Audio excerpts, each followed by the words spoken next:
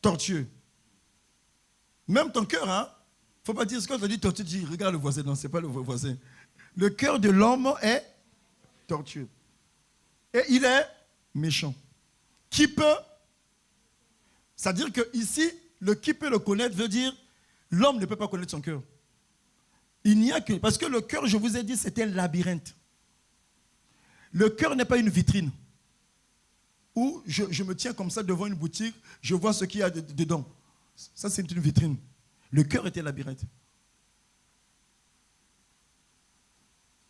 Bon, comment choisir si je ne connais pas le cœur? Donc, c'est important ce que nous disons ici. Un cœur est un globe trotteur, indiscipliné. Il prend des vols émotionnels sans destination. Vous savez, sur les jeunes, même à l'église comme ça, tous les dimanches, tu tombes amoureux. Tu prends des vols émotionnels sans destination. Oh, mais est-ce que vous croyez que c'est parce qu'il a dit c'est vrai que moi je ne sais pas que c'est vrai?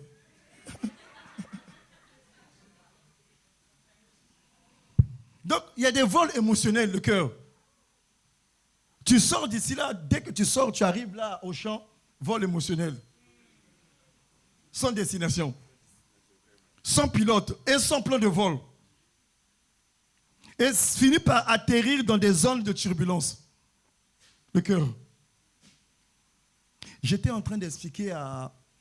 On était en famille, mon épouse et les enfants, j'étais en train d'expliquer que ça fait très longtemps, hein, c'est depuis quelques années, cela fait quelques années qu'on a échangé avec un homme de Dieu qui pleurait, un serviteur de Dieu. Donc il s'est marié et on ne sait pas dans quelles conditions, mais il nous rapporte simplement le récit de sa vie. Et donc on s'est rendu compte que le monsieur a épousé Karaba. Parce que la femme lui avait demandé un service. Le service, c'était que le mari répare sa voiture. Et le mari, parce qu'un séminaire était organisé à l'église, il a renvoyé différer la réparation du véhicule de sa femme. Il dit, bon, on verra ça prochainement. La femme lui a dit, tu verras ce que je vais faire.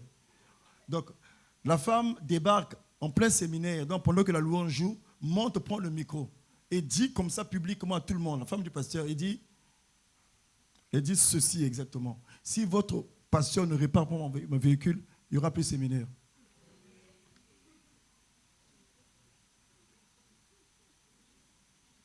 Le cœur de l'homme, qui peut le... Donc le gars ne savait pas que c'était tortueux. C'est le jour du séminaire qu'il a commencé à voir l'angle caché, l'angle mort du cœur de sa femme.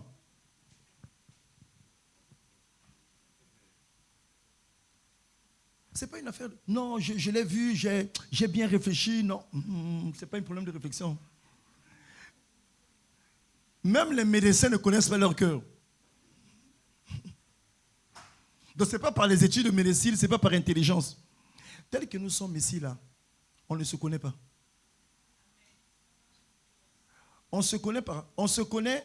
Vous savez, tel qu'on est là, on peut distribuer 1 milliard à chacun, tel que nous sommes assis. 1 milliard à chacun de nous. Vous allez voir ceux qui sont fidèles à Dieu. Est-ce que dimanche, ils seront à l'église? Ou dimanche, ils vont continuer à compter les... Tu ne te connais pas? On se connaît par rapport aux saisons. Est-ce que dans la douleur, je n'ai pas mangé, je peux venir à l'église? Est-ce que dans la disette, je peux aimer Dieu? Est-ce que dans l'abondance? Vous savez, Dieu parfois est contrarié. Dieu parfois, il ne sait plus comment faire avec nous. Quand on est dans la pauvreté, on le fuit. Quand on a beaucoup d'argent, on ne vient plus à l'église. Ah, ancien Valdo, j'ai des problèmes d'argent, je ne peux pas venir à l'église. Ah, j'ai trouvé du travail, je ne viens pas à l'église. Ah. Comment on va faire? Tu n'avais pas de travail, tu ne venais pas. Tu as le travail et tu ne viens pas. Non plus. Mais comment on va faire avec toi? Donc, ce que nous sommes en train de dire, bien-aimés dans le Seigneur, c'est subtil. Le mariage, c'est une affaire de cœur. Ce n'est pas une affaire de visage. Une affaire de cœur. Mais le cœur, on ne peut pas le connaître. Donc là, on est dans l'impasse. Donc ça veut dire quoi? Ça veut dire que la plupart du temps, on se trompe. la plupart du temps, on se trompe. Et pour ne pas se tromper, il faut que tu puisses te rapprocher de celui qui connaît le cœur.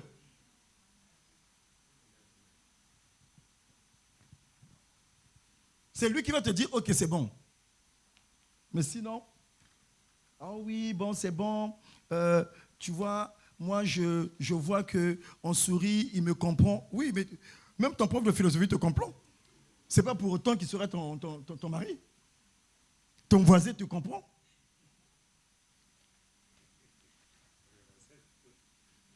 Les gens confondent l'amour avec de la sympathie, de la considération.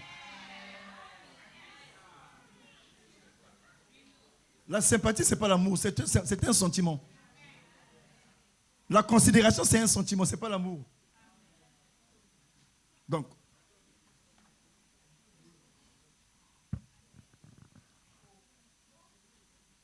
est-ce qu'on peut avoir le diapo? On peut avoir nos diapos pour... Donc, vous, déjà l'introduction nous montre la difficulté du mariage.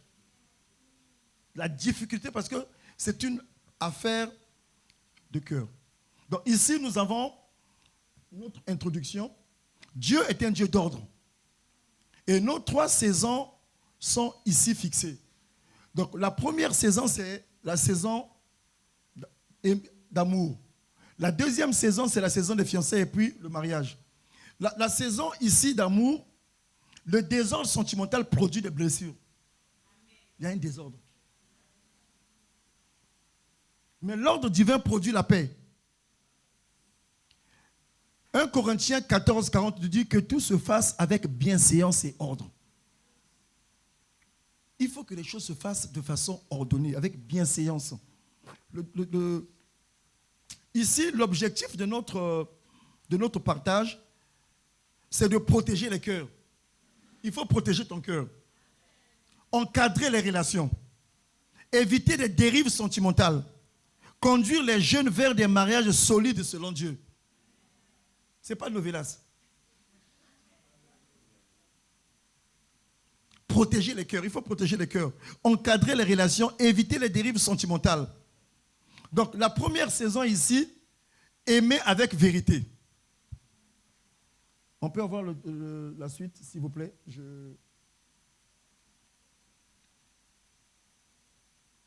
Aimer avec vérité.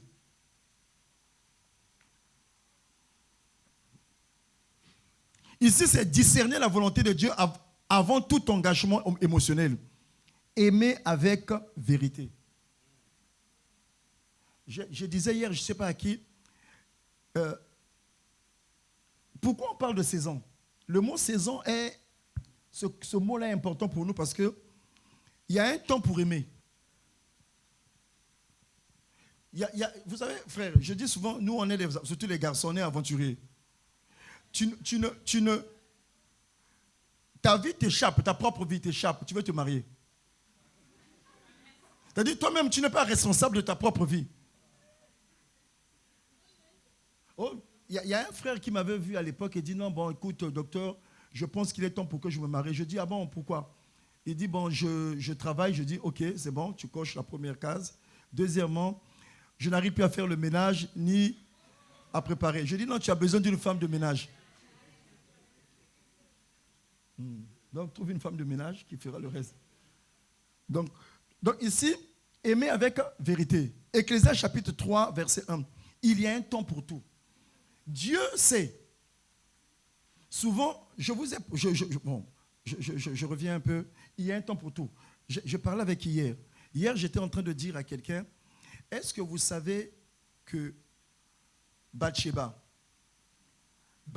avant la fondation du monde, Dieu l'avait déjà reconnue comme femme de David, avant la fondation du monde.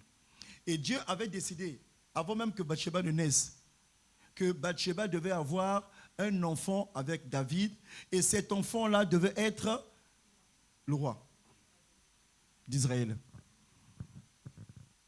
Bon, qu'est-ce qui s'est-il passé? Il s'est passé que Bathsheba s'est retrouvée avec Uri. David a eu une autre femme, et David a aimé Bathsheba, et Dieu a frappé David. En fait, ici, c'est l'histoire d'un plan de Dieu où l'homme met le bazar dedans.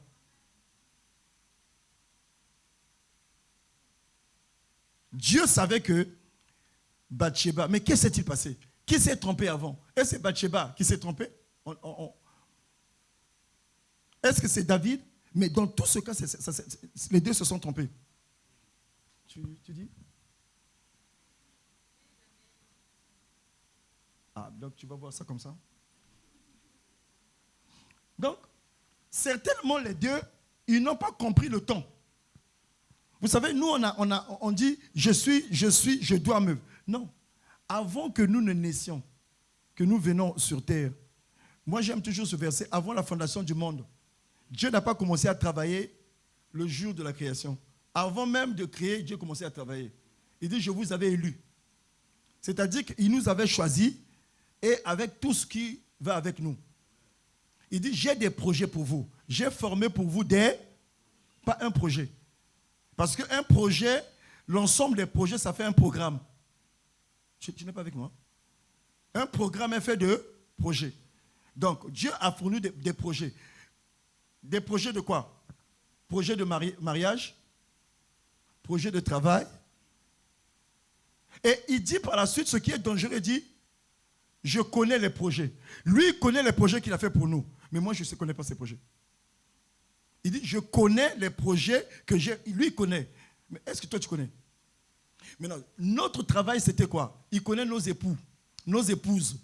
Il connaît. Il faut aller lui demander. Mais nous, comme on ne veut pas demander, on choisit. Le problème, c'est ça. Dieu a tout tracé dans notre vie. Il n'y a pas les heures de nos vies, la durée, le moindre détail de nos vies a été déjà défini, préparé. Il dit, j'ai préparé pour vous des œuvres. Mais nous, on se dit, bon, écoute, peut-être Dieu m'a oublié, je fais d'autres projets. L'homme n'a pas de projet à faire. L'homme doit découvrir les projets que Dieu a fait pour lui. La prière nous aide à découvrir. Invoque, moi, je te montrerai, révélerai les choses cachées. C'est ça le problème. Donc ici, pour David, nous arrivons à cela. Maintenant, pour la première saison, il faut aimer avec vérité. Ça veut dire quoi? Aimer commence par une conviction. Mais toute conviction doit être éprouvée. Vous savez, quand quelqu'un, dans le langage chrétien, on a trop de légèreté. Oh, moi j'ai une conviction. C'est bon. Mais même le païen a une conviction. Conviction, ça veut dire quoi? Conviction veut dire être convaincu de quelque chose. Je peux être convaincu de quelque chose par ma sagesse. Mon intelligence me convainc de quelque chose. Mon père me convainc de quelque chose. Donc la conviction, toute conviction ne vient pas de Dieu. Je ne sais pas si vous voyez la chose. Je peux être convaincu de quelque chose par rapport à ma connaissance. Maintenant, quand je conduis, je me rends compte que j'ai fait une erreur. Mais à cet âge-là, j'étais convaincu de ça. Donc ici, le premier moment, c'est le temps et le discernement. Aimer commence par une conviction, mais toute conviction doit être éprouvée. Mais qui doit l'éprouver? Pas toi seulement. Il faut que quelqu'un éprouve. Un pasteur a reçu un couple, un pasteur qui nous avait enseigné quand j'ai fait l'école biblique en 98. Donc il nous enseignait qu'il avait reçu un frère de son église et puis une sœur. Les deux étaient des personnes vraiment qui aimaient Dieu.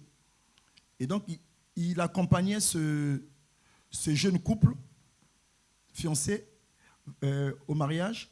Et un jour, il va les éprouver. Il appelle le garçon, il dit, écoute, il faut qu'on parle. Il dit, c'est important. Le jeune arrive, il dit, ah, jeune, bon, j'ai reçu ta fiancée, on a échangé avec elle plutôt. On a échangé avec elle et elle vient de m'avouer quelque chose de grave. Donc, elle était à l'hôpital. Et donc, à l'hôpital, après des examens, confirmation, elle n'aura pas d'enfant toute sa vie. Donc, je veux te la prendre et tout. Le frère a dit, je pense qu'on va encore prier. Ce n'était pas la volonté de Dieu. Et le pasteur qui nous enseignait appelle la sœur. Le même jour, il dit, il faut qu'on se voie. Et la dame arrive et tout, échange, elle dit, j'ai parlé avec le frère. Là, il vient de perdre son boulot. Donc, je ne sais pas comment ça va se passer. Il n'a plus de boulot et tout.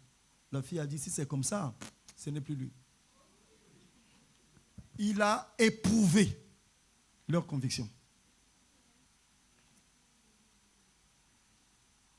La conviction, elle est solide quand elle est confrontée à d'autres réalités. Les deux ont dit non, ce n'est pas possible. Et le pasteur, le lendemain des appels, il dit, écoute, bon, je vous ai écouté et tout, vous n'êtes pas prêts.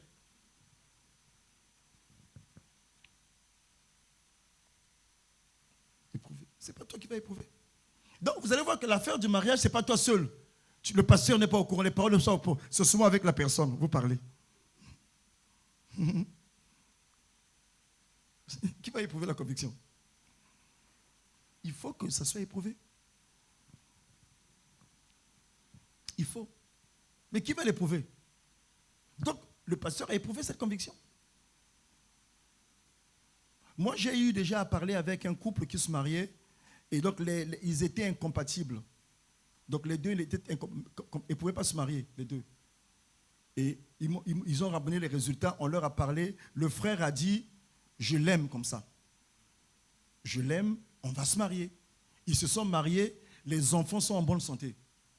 Là, on sent que la personne, la conviction a été éprouvée. Mais je ne te dirais pas que j'éprouve ta conviction. On peut dire que ta fiancée est tombée dans le péché avec un frère de l'église. On éprouve ta conviction. Mais on voit comment tu vas t'énerver. Après, tu dis non, ce n'est plus elle. Ah, d'accord, ok, c'est bon. Tu n'avais pas l'amour pour elle, c'était un sentiment.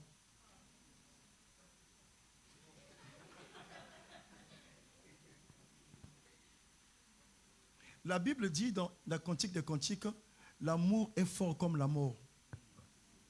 L'amour, la force de l'amour, l'amour, on le met au même niveau que la mort. Tu sais, la mort est fatale, hein? La mort, on ne l'esquive pas. Hein? Mais quand ce n'est plus fort, ce n'est plus l'amour, c'est un sentiment. C'est un sens qui ment.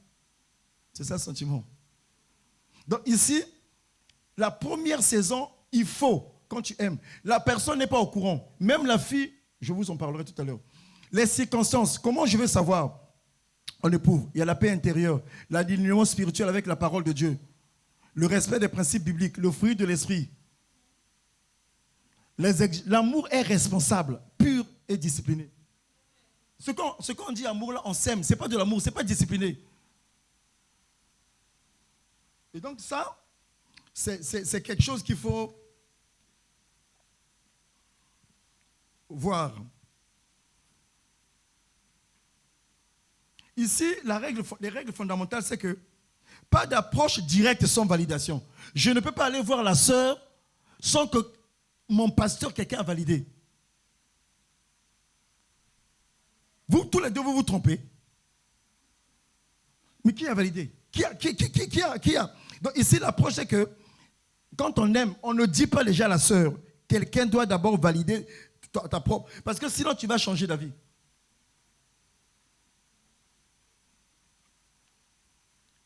L'approche directe est prohibée. C'est une approche indirecte. Tu vas voir quelqu'un, un aîné, un pasteur, ici dans le cas de Rehoboth, la personne doit te suivre valider. Pas de relation secrète. On n'est pas James Bond. Pas de relation secrète. Pas d'attachement émotionnel précipité. Et la procédure est la suivante. Est-ce qu'on peut avoir la procédure, s'il vous plaît? Première procédure pour aimer selon Dieu. Conviction intérieure. Pas une simple émotion. Tu l'as vue dans une robe, après tu dis non, c'est elle. Et 3 jours après, tu la vois, elle ne sait pas tresser. Non, ce n'est pas elle. Donc, en fait, tu avais aimé la robe. Et tu diras, mais pourquoi tu n'as pas remis l'habit, tu vois? Ici, conviction intérieure, pas une simple pas une simple émotion. Il faut une conviction. Tu as reçu ça de Dieu. La conviction, on la reçoit de Dieu, pas soi-même. Parce que moi-même, je peux avoir une conviction.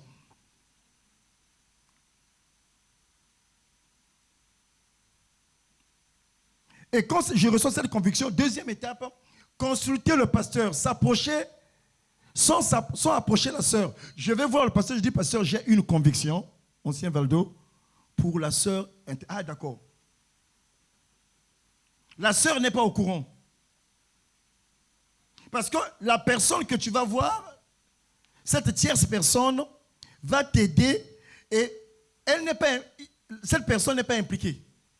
Vous savez que quelqu'un qui n'est pas impliqué ne peut pas... Quand on aime une personne, on est maintenant déformé. On est comme ça, penché. Tout ce qu'on dit, non, c'était bien. Tu as vu, tu es déjà penché. Mais le pasteur n'est pas penché, il est... Donc, il peut objectivement voir ce que tu ne vois pas. Je ne sais pas si vous êtes avec moi. Et donc, ici, bon, ce que je dis là, il y a déjà beaucoup qui ont déjà sauté les...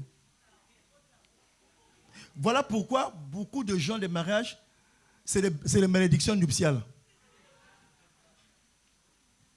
Ce n'est pas une bénédiction nuptiale, c'est une malédiction nuptiale. C'est-à-dire que les principes, non, pendant ce jour-là, donc, consulter le pasteur, sans approcher la sœur, prier avec le pasteur, chercher l'approbation de Dieu. Ça peut prendre une année. On cherche l'approbation. Parce que Dieu sait qui doit être avec toi et Dieu connaît le cœur de la personne.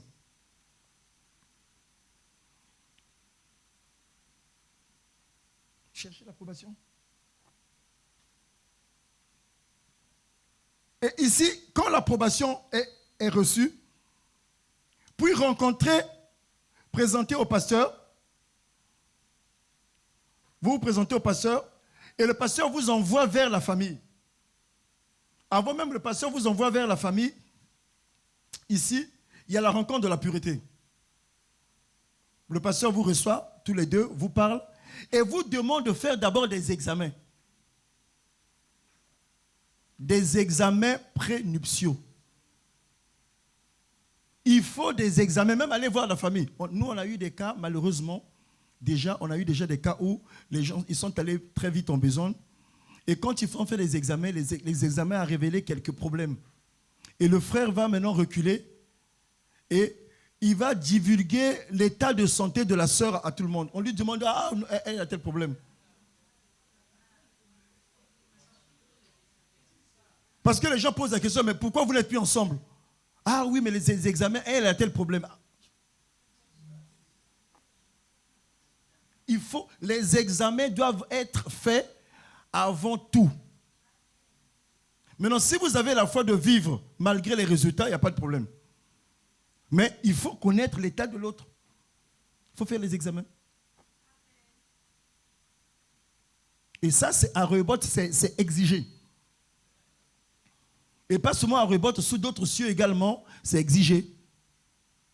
Nous, à notre époque, à la mairie, ces examens étaient toujours demandés. Bon, aujourd'hui, comme l'Afrique a un incroyable talent, mais sinon, c'est exigé. Parce qu'il y a des personnes qui ne peuvent pas se mettre ensemble pour des incompatibilités. Donc ça, il faut. Donc nous voyons ici, déjà, aimer avec vérité. Je priais, Dieu m'a révélé l'état de la personne, que je peux me mettre avec elle, mais je connais aussi son état de santé. C'est avec vérité. La personne avec qui il n'y a pas de vérité, Dieu ne t'a dit, dit toi-même tu l'as aimé. Même cet état de santé, tu ne connais pas.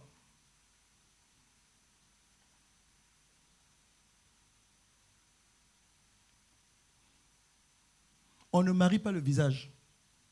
Non. Le visage est une vitrine bien décorée, mais le cœur est un labyrinthe, dont Dieu seul possède la carte. Tu vois le visage, hein?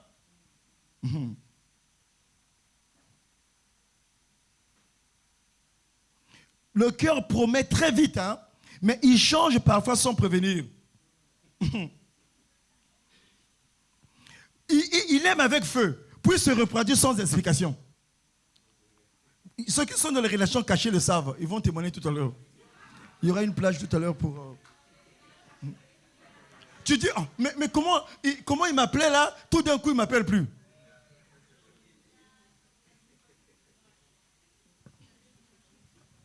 Ah, tu as vu, il a changé, non? Ah, d'accord. Tu me donneras son nom tout à l'heure. Nom, prénom, date et lieu de naissance. Et si nous ne sommes pas dans cette procédure-là, nous sommes dans une relation sans couverture spirituelle. Et c'est une relation exposée. Exposée à beaucoup de choses. Je ne connais pas l'état de santé. Dieu ne m'a rien dit. Mais le jour que Dieu me parlera, parce que Dieu parle toujours. Vous êtes exposé. Donc ici, on nous montre que, la conviction, je reçois la conviction intérieure de Dieu. Et avec le pasteur de la prière, le pasteur éprouve cette conviction-là. Nous prions avec le pasteur, il éprouve la conviction, il cherche l'approbation de Dieu, et il y a une validation spirituelle. Le pasteur tu reçois la valeur du pasteur. Il te donne l'autorisation d'approcher la sœur. Dieu fait les choses de façon ordonnée. La même sœur que tu as approchée là, avec autorisation du pasteur, c'est différent. Si tu vas seul, rencontrer la sœur dans la pureté, dans le respect. Tu l'as rencontrée, elle n'est pas ton épouse. Le culte finit, oh, pourquoi tu salues une telle personne? Non. Tu m'as seulement approché. Même moi qui suis marié, ma femme salue les autres, je ne parle pas. De quoi tu te mêles?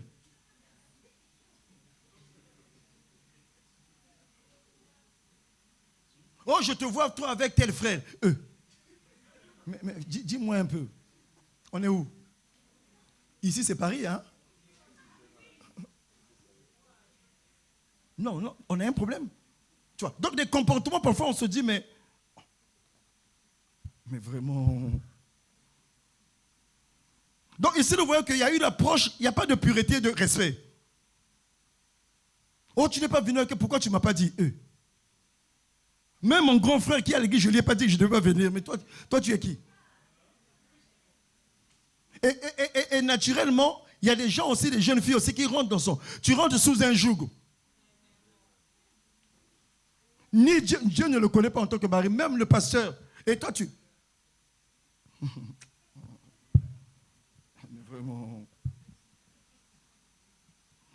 Quand la sœur, tu vas voir la sœur refuse, ne va pas crier sur tout le toit. Parce que quand la sœur refuse aussi, on voit des réactions terribles à l'église. Ah non, mais la sœur là, elle est plus spirituelle. Moi, j'ai connu un frère qui a quitté Rehoboth à l'époque. Il est venu me voir. Ce n'est pas une plaisanterie ce que je vous dis. Il m'a dit, quitte l'église. J'ai dit, pourquoi? Il dit, il n'y a pas l'amour à l'église. Bon, je dis d'accord. Mais que se passe-t-il? Il a proposé 5 sœurs. Toutes les 5 ont refusé. Et pour lui, il a conclu, il n'y a pas l'amour. Il est parti.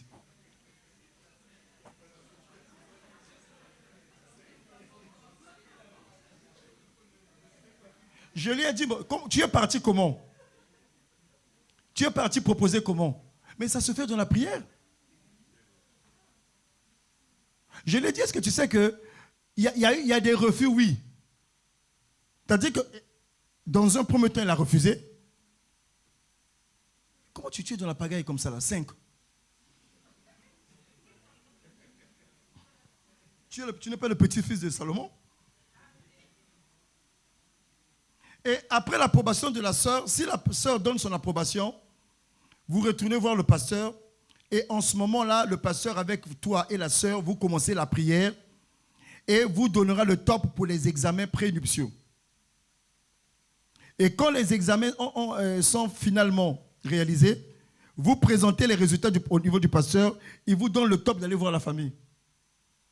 C'est muni de ces certitudes. Certitude de Dieu, certitude au niveau de la santé, que je sais que ça peut aller. Ici, quand on dit des maladies, c'est des incompatibilités. Hein, ce n'est pas toutes les maladies quand on dit non, bon, tu vas voir l'autre, il est myope, donc tu ne veux pas l'épouser. Non, non, ça, ce n'est pas un problème. C'est pas ça, non, en fait. Ça n'a rien à voir. Ça n'a rien à voir. Donc ici, nous sommes la première saison. C'est une saison qui est encadrée. Ah, on vous voit au restaurant. Non, vous n'allez pas au restaurant. Bon. Vous allez au restaurant comment? Vous allez en tant que qui? Le gala se passe à l'église. Vous allez en tant que qui? Pourquoi? Parce que vous êtes dans une situation où, vous savez, il y a des gens qui ont des problèmes. Pourquoi? On vous a tellement vu ensemble, quand vous vous séparez, quand tu te mets avec quelqu'un d'autre, ça fait un désordre à l'église. Et automatiquement, ton témoignage est terni. Parce qu'on te voit... Mais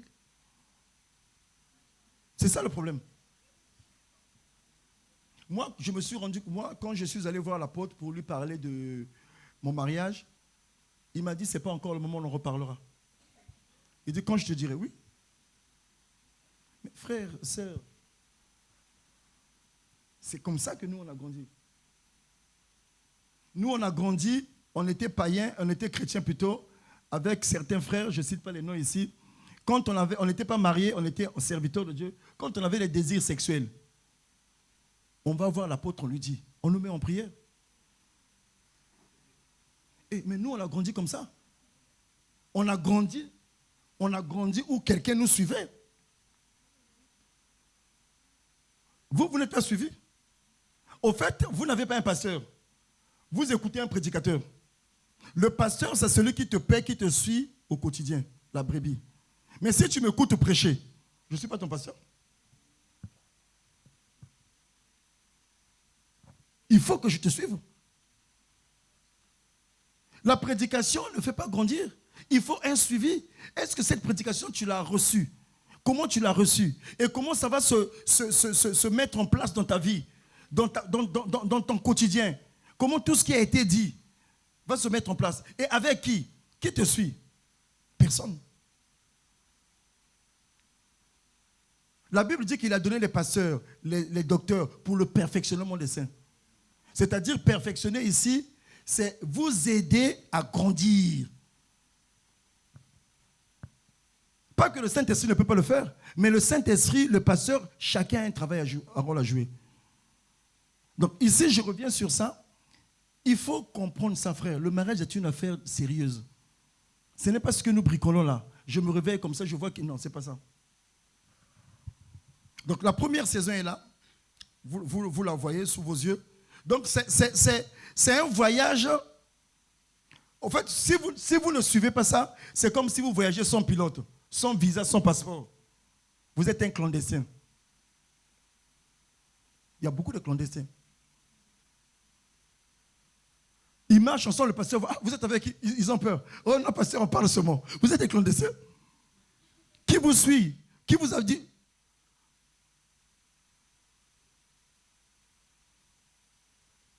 Ah, les gens me regardent, hein? Ah bon, hein? Donc ici, nous devons comprendre ces choses. La première saison, il faut que ça soit... Vous savez pourquoi les gens ont des problèmes après, finalement? Parce que le commencement a été mal, le fondement. On ne joue pas avec le commencement. Mais les gens ont du mal même dans la vie chrétienne. Quand vous voyez quelqu'un vivre sa vie chrétienne, certaines dérives viennent de sa manière, comment il s'est converti. Si celui qui t'a aidé celui qui t'a nourri, voilà, celui qui t'a reçu aux premières heures de ta vie, de ta conversion, si c'est un pagailleur, tu seras pagailleur. Nous, mon épouse est là. Nous, on a fait des cours bibliques, l'affermissement. Tu viens en retard. Tu as deux absences. Tu n'as pas le baptême. Tu viens, la salle n'est pas balayée. L'enseignant vient. La salle n'est pas balayée. Il rentre, il regarde. Il dit, tout le monde est absent. Il rentre chez lui. Tu n'as pas de Bible, tu n'as pas de bic, tu n'as pas de cahier. Tu ne fais pas les cours d'affaires en ce moment. Nous, on a grandi comme ça. Donc, ce que moi je dis, vous ne comprenez pas parce que notre nourrice, celui qui m'a pris, m'a enseigné ça. Donc, pour moi, ça devient normal, en fait. C'est une vie chrétienne normale. Moi, j'ai toujours mon cahier, ma Bible, mon épouse a toujours son... On a grandi comme ça, stylo. Je ne peux pas venir sans Bible, sans... Je ne peux pas. Ça, c'est depuis que je suis né, on m'a appris ça. Le problème est là. Mon épouse est là. Nous sommes dans la cellule. J'étais responsable de cellule. Je ne faisais pas les bises aux sœurs. Elle est là. Tu sais qui m'a dit ça? L'apôtre avait dit ça. Il dit, vous commencez à grandir, il faut éviter ça. Je ne pouvais pas m'asseoir avec une sœur, on s'assoit, et la sœur s'est mise comme ça, moi je me mets comme ça. L'apôtre nous avait interdit ça. Comme ça, non. Non. On m'assoit comme ça. Ça, l'apôtre nous a enseigné ça. Mais pas au cours d'un cours. Parce qu'il nous prenait tout le temps, il disait, on ne fait pas ça, on ne fait pas ça. Ne faites pas ça chez vous.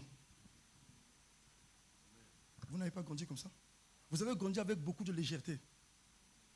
Moi, je vous vois comment vous vivez. Je dis, bon, écoute, comme le monde a changé, bon, chacun fait son petit métier. Le problème est là. Légèreté. Je vois aujourd'hui beaucoup de choses, mais qui vous a pris? Et le mariage, c'est un voyage, il faut que quelqu'un soit là, un pilote. Il faut qu'il y ait des hôtesses pour te dire, non, là, zone de turbulence, attache ta ceinture. Mais ça, tu ne peux pas se faire seul. Quelqu'un m'avait dit, oh non, mais Adam, je dis, Adam, Dieu était là. De toute façon, Adam était déjà créé grand. Adam n'a pas pris de biberon, hein? Dieu était là. Donc, il faut que quelqu'un vous encadre. Vous vous encadrez vous-même, même si tu es pasteur. Nous voyons même au pays, il y a des pasteurs qui se marient, qui viennent demander l'aide à l'apôtre. Parce que être mari, ce n'est pas être pasteur. C'est des choses différentes. Hein. Oh non, moi je suis modérateur. Non, tu es modérateur à l'église. Mais dans le mariage, il n'y a pas besoin de modération. Donc là, il faut, là déjà, Valdo, je fais ce cours-là, on en a parlé un peu avec Valdo, il faut mettre la discipline. Si tu rates ton mariage, tu as tout raté. Tu as tout raté, en fait, tout. Tout. Nous, on a été jeunes, on a grandi à l'église, on a vu beaucoup de mariages, et quand, à l'époque, les responsables qui étaient les nôtres, qui sont toujours là, donnaient un avis contraire, quelqu'un insiste, aujourd'hui, on voit le sort de ce mariage-là. On se dit, ah, mais lui, il avait déjà vu ça loin. Mais il avait dit telle chose. Je vous donne un petit cas pour que vous compreniez. Il y a quelqu'un qui s'est marié et finalement, dans le mariage, c'est le deuxième jour du mariage que la sœur se rend compte que le gars est dans la magie. Mais il y a eu des signaux que les responsables lui ont dit. Et il pose la question au gars le matin, j'ai dit, ça ce sont mes histoires. Comment c'est tes histoires? Mais tu es venu à l'église, il dit, oh, mais tu m'avais dit que pour t'épouser, il faut que tu viennes à l'église. Il faut que je sois baptisé. Donc, il est venu se faire baptiser charnellement. Il est venu à l'église parce qu'il t'aime. Hein? En fait, il s'est converti lui-même. Ce n'est pas biblique. On ne se convertit pas, ce n'est pas $1. Il y a des gens qui se convertissent parce qu'il aime une personne, il vient, il danse comme toi. Il accepte les choses de l'église. Ce n'est pas le cœur, ce n'est pas Dieu. Donc, en fait, il s'adapte au milieu. Il peut même prêcher la parole sans être converti, comme il connaît un peu le français. Mais le cœur n'est pas converti.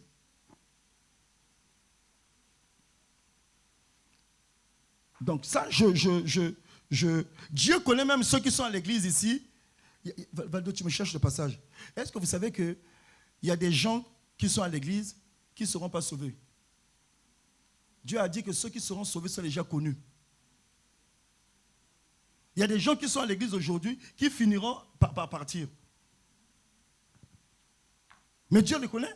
Mais aujourd'hui, il est à l'église, tu dis, ce sera ma femme. et partir avec tes enfants.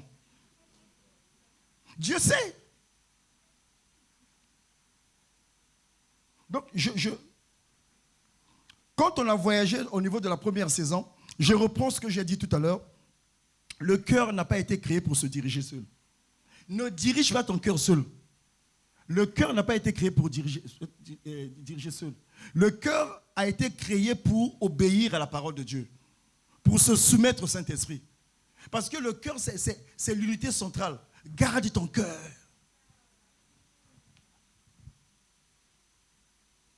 Si tu diriges ton cœur toi-même, c'est fini. Un jour, tu seras dans l'impasse.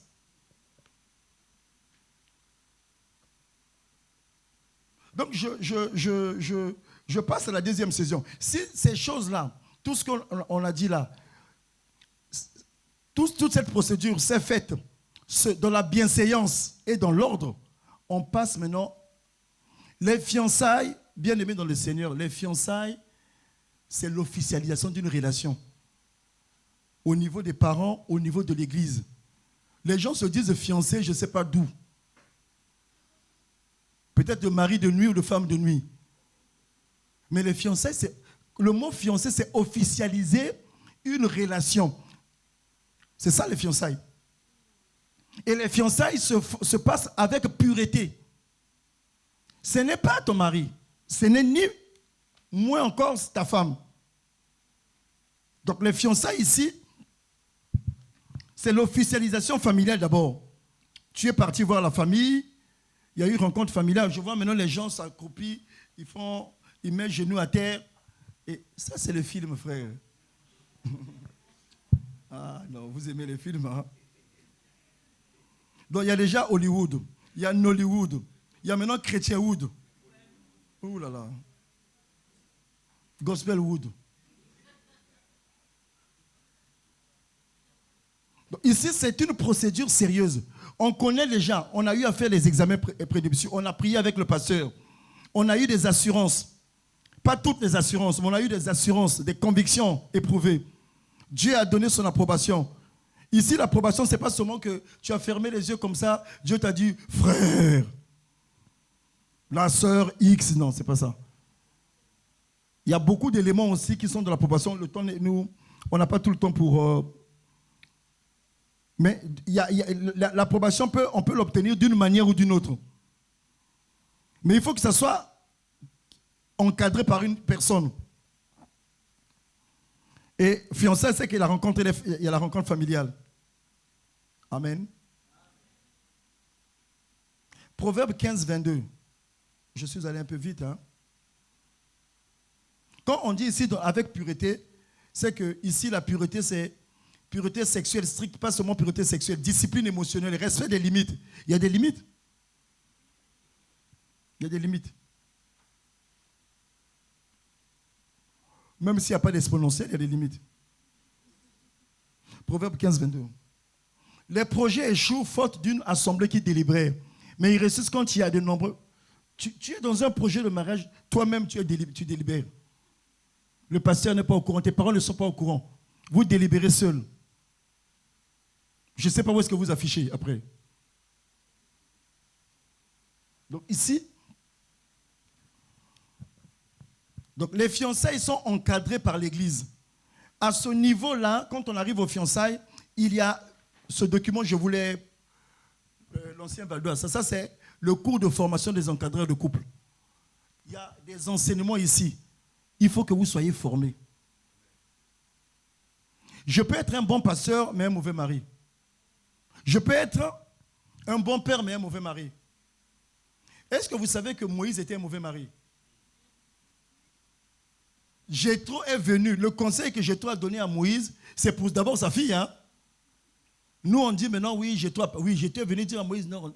Parce que Jéthro était venu avec la femme de Moïse et les deux garçons. Il vient, Moïse sort le matin. Ah, mais Moïse, il rentre très tard. Il dit, gars, il faut déléguer. Il n'a pas parlé au nom de ses filles, ni de ses petits-fils, de sa fille. Mais c'est une manière sage pour dire, il monte 40 jours. Bon, la scolarité des enfants Moïse. Et les enfants sont restés là-bas. Moïse ne se pose pas la question, mais comment les enfants sont là-bas? Ils montent, se montent dans la présence de Dieu, ils descendent, ils montent. Moïse, mais comment?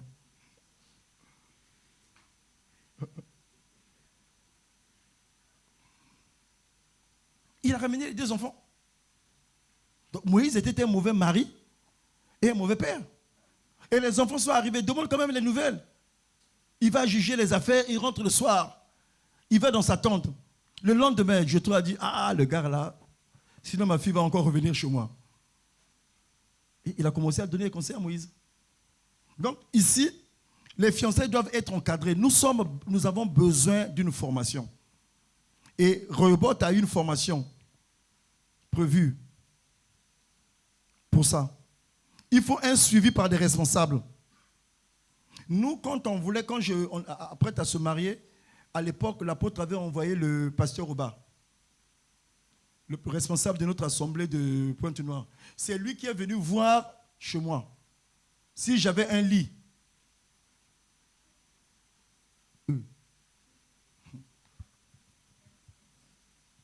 Il est venu vérifier.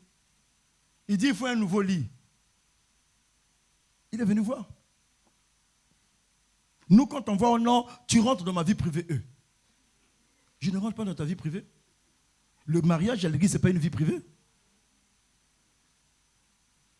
L'apôtre est venu quand on s'est marié avec mon épouse, là où on vivait, il est venu manger. Pour ceux qui connaissent Brazza, on était à Mukondo. Il nous a conseillé de trouver une autre maison. Il dit non. Parce que les toilettes n'étaient pas de la maison. C'était une maison de 3 chambres. 2 chambres, salon et cuisine. Il dit non. Ma fille, il faut que... Et nous, on a eu une sœur qui s'est mariée au plateau. On a envoyé des responsables pour voir si les conditions sont réunies.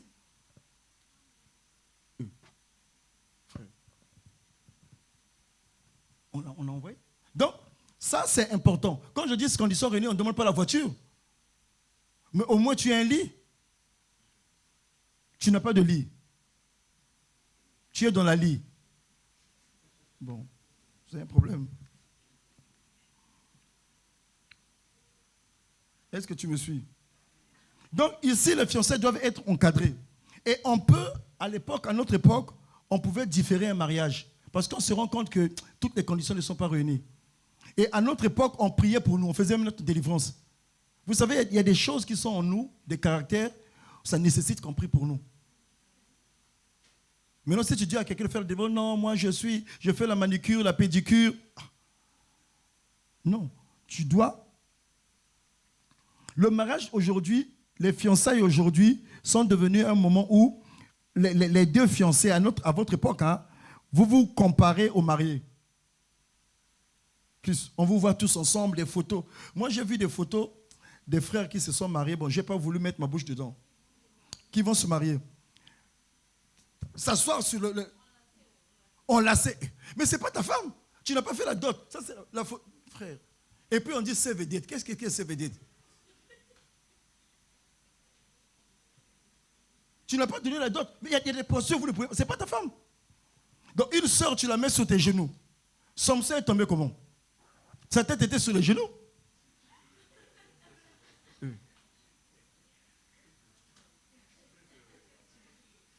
Lui, il était Samson 100. Toi, tu es Samson, tu es 50. Donc, vous voyez les postures, on se demande, on se dit, mais Seigneur, on est où? Quand on met d'abord, le docteur va parler, oh, la femme du docteur, oh non, un tel, on dit, ah, c'est chaud, hein, mais non. Il y a des postures où tu ne peux pas. Ce n'est pas ta femme. Quand vous demandez la photo, c'est avant la dot. Bon, avant la dot, toi, tu as les gens enlacés. Tu n'as pas encore le droit de sentir sa chaleur, non. Tu n'as pas encore de ce droit-là. Tu n'as pas ce droit. En réalité, c'est parce que, bon, on n'a plus d'eau. On a trop mis de l'eau dans nos vins. Il n'y a plus d'eau. En réalité, des photos comme ça, on doit interpeller. Moi, j'ai interpellé un frère. Je lui ai dit, oh, mais on a déjà fait. Je dis, non, on ne peut pas faire comme ça. Tu vois. Je pense que là c'est beaucoup de dérives. Beaucoup de dérives. Vous avez des postures, vous vous asseyez, vous avez des photos sur Facebook, vous vous tenez comme ça là. Bon, ça, ce n'est pas l'intercession. Qui vous a dit de vous tenir? Le responsable de l'intercession est là, Mika. Non.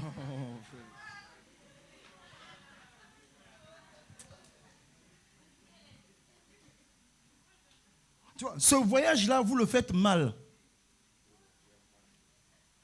Et pendant que vous le faites mal, vous perdez des bagages, la bénédiction de Dieu. Et le jour de la bénédiction du Seigneur, vous avez tellement fait de mal, de péché, ça devient une malédiction nuptiale. Parce que le jour là, à l'église, il faut recevoir une bénédiction. Le mariage était un voyage très long. L'une des choses qu'il ne faut pas manquer dans son bagage, c'est la bénédiction.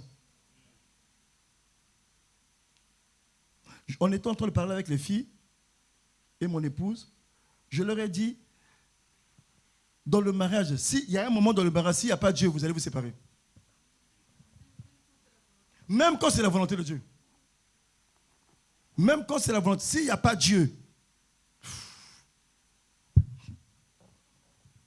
Donc j'ai besoin de la bénédiction. Mais si j'ai déjà faussé la procédure, le jour de la bénédiction nuptiale, ce sera la malédiction nuptiale. Même si le docteur a imposé la main sur toi, il a mis un beau costume, même sa femme va te donner le bouquet de fleurs, c'est une malédiction nuptiale.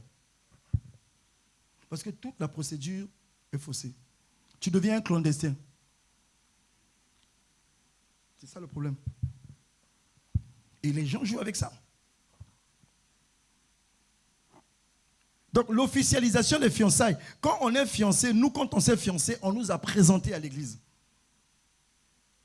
Les parents, au niveau des parents, c'est déjà acté. On vient dire désormais un tel. Ce n'est pas parce qu'on a dit désormais que tu peux maintenant l'enlacer comme ça. Tu dis non, tu ne salues plus le frère un tel. Je ne veux plus te voir avec l'ancien Valdo. Non. Non. Lui, c'est le pasteur. Je ne veux plus. À partir de maintenant, non, ça, non. Les fiançailles se rompent, hein. C'est une période d'observation. Et on a vu même que Joseph a voulu rompre avec Marie à un moment donné. Donc, on ne marche pas sur les œufs, mais il y a des limites, il y a des bornes. On vient faire les cours. Tu commences à dire, non, fais-moi le tchèp. Non, fais-moi tous les jours. Repasse mes habits. Viens me peigner les cheveux. Non. Non, non, non.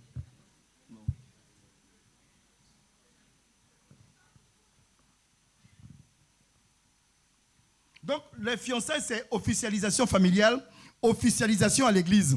Et à l'église, en ce moment-là, on vous donne un canevas des choses à faire. Normalement, les fiancés, quand vous vous retrouvez ensemble, même pour prier dans des lieux seuls, il faut qu'il y ait une troisième personne. Même nous qui sommes mariés, il y a toujours une troisième personne avec nous, Jésus. Parce que le mariage, c'est une corde à combien de fils? Donc, c'est ça.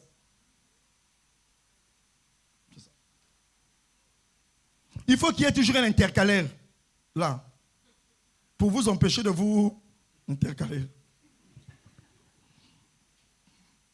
Les gens rient pourquoi? Vous ne laissez pas l'intercalaire? Ah, d'accord. Les intercalaires, ça fait longtemps à l'école.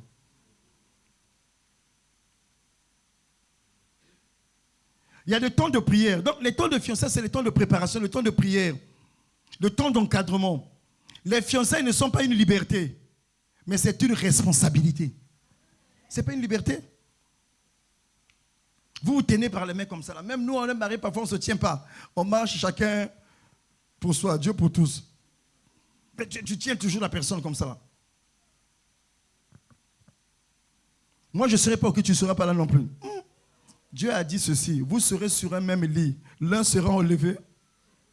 Ah. Bon, je ne sais pas qui sera enlevé. Matthieu 1, 18 à 19.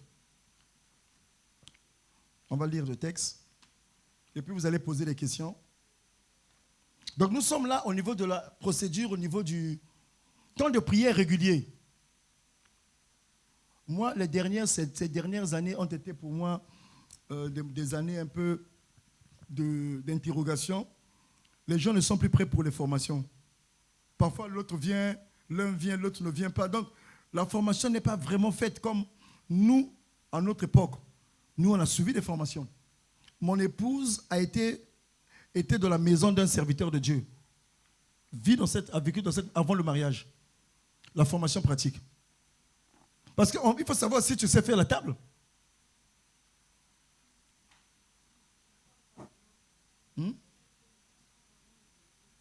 Oui, le mariage, c'est pas. Elle dit, on ne parle, on va te donner un micro. C'est bien que tu. Donnez-lui le micro.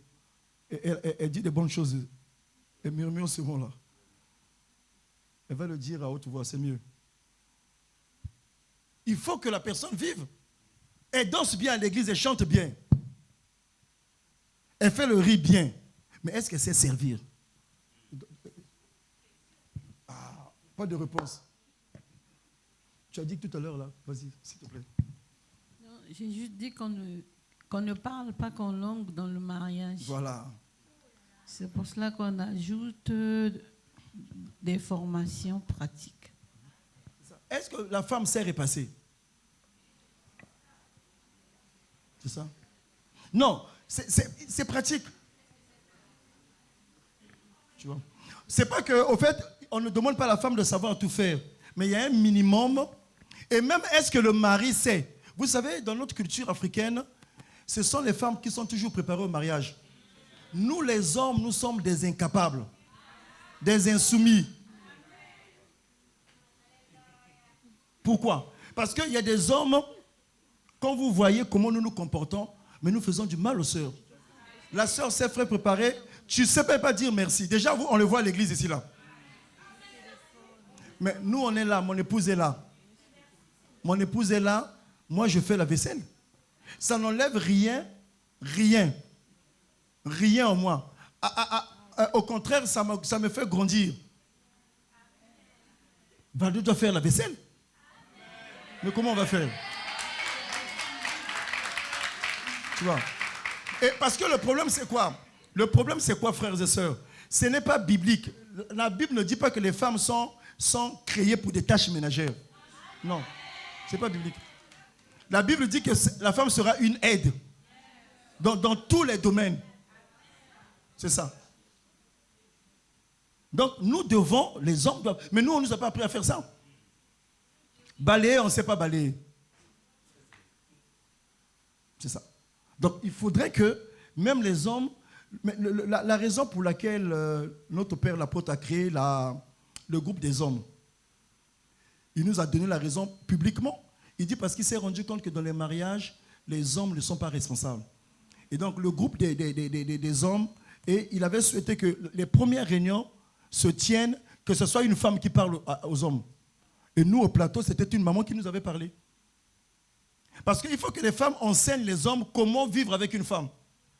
Nous, on ne connaît pas le monde d'emploi. La Bible dit que la femme est un sexe faible. Ce n'est pas au niveau de la force. Au fait, la femme, c'est comme, vous savez, quand vous voyagez, non? Il y a des colis sur lesquels on a mis fragile. Tu vois, ces colis-là, même quand ceux qui soulèvent mettent dans les conteneurs, c'est avec beaucoup de délicatesse. Mais nous, on ne sait pas. On ne sait pas. Donc, il faut une formation. Même dire s'il te plaît. Moi, je ne savais pas dire ça. Hein. Moi-même, bonjour, j'ai appris ça par ma femme. Dire bonjour le matin, bon, parfois j'oublie. C'est comme ça. Parfois, il arrive d'oublier. Mais dire merci, s'il te plaît, excuse-moi, je te prie. C'est ça. Mais nous, on ne sait pas dire ça. Vous savez, je vais vous dire quelque chose. Vous savez pourquoi le monde a un problème? Parce que les plus hautes fonctions sur cette terre ne sont pas sanctionnées par une formation. Être président n'a pas de formation. Vous voyez comment les gens font des dégâts? Vous gérez des millions d'âmes. Tu n'es pas formé pour ça. Mais être balayeur de rue, tu es formé. Vous voyez? Mais le mari, c'est le chef. Il faut qu'on t'apprenne à diriger. Mais c'est une responsabilité. Elkana a fait tuer sa femme. Il est mort. Elimelech plutôt. Elimelech est mort. Ses deux enfants sont morts. Sa femme est morte même spirituellement, est devenue Mara. Mais c'est le choix de son mari. Parce que tous les choix qu'un homme fait dans sa vie, ce choix a une incidence sur la famille. Donc si tu n'es pas formé, c'est grave. Le problème, il est là. Oh non, il s'habille bien. Oh mais... Tu as besoin d'un mannequin. Hein? Oh non, moi je l'aime parce qu'il s'habille bien. Mais ça c'est ça c'est même dans le cas du mariage, on ne coche pas ça. S'habiller bien, ça veut dire quoi? Ça c'est accessoire.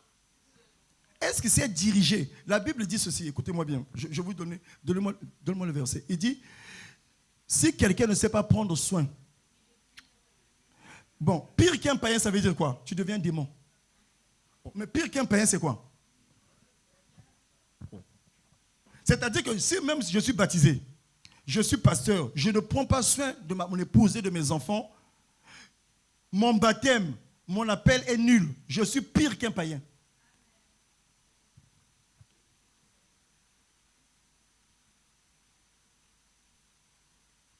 Pire qu'un infidèle. Ah, merci pour le 1 Timothée 5. Vous voyez, il y a beaucoup de gens qui ne savent pas. Moi, j'ai parlé à des sœurs qui m'ont dit, ça fait 12 ans qu'ils se sont mariés, le mari n'achète rien.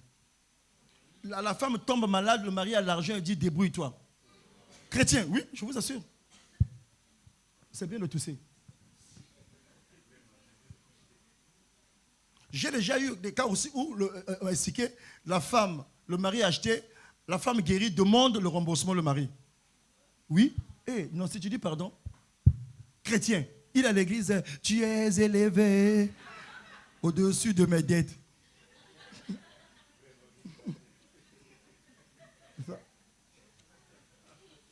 C'est un frère, mais tu ne vois pas ça.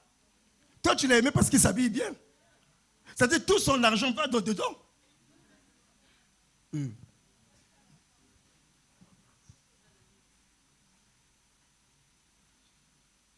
Moi, l'apôtre un jour m'a dit ceci, il me disait comme ça, il me dit, si tu voyages, si tu as 3 valises, 2 pour ton épouse, et il me dit ceci, la femme ne doit pas demander au mari l'argent. Quand la femme commence à demander au mari l'argent, que le mari a un problème. Au fait, le mari doit mettre la femme dans une situation où elle ne demande pas. Et ça, c'est être chef. Nous, on prend être chef, il faut m'écouter. Tu ne parles pas. Non, non, non, non, non, non, non. Ce n'est pas la notion de chef. Il dit être chef comme Christ. Christ dirige. Christ prend soin de nous. Christ protège. Oh, vous n'êtes pas avec moi? Comble les besoins. Comble les besoins. Tu ne peux pas encore, frère. Tu n'es pas prêt pour te marier, non. Non, tu ne peux pas. Mais le mariage, c'est comme la Coupe du Monde. Tout le monde ne veut pas, il faut des qualifications. On ne cite pas les noms, c'est la nuit. Le mariage est comme la Coupe du Monde. Tu es une équipe nationale, il faut être qualifié. Comme Dieu. Tu peux travailler, mais tu n'es pas encore qualifié. Qualifié. Donc ça, c'est important. Il n'y a pas de bon mari, c'est un apprentissage.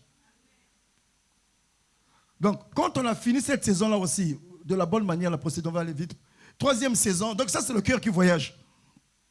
Et le cœur, maintenant, entre dans la saison, s'unir dans le mystère.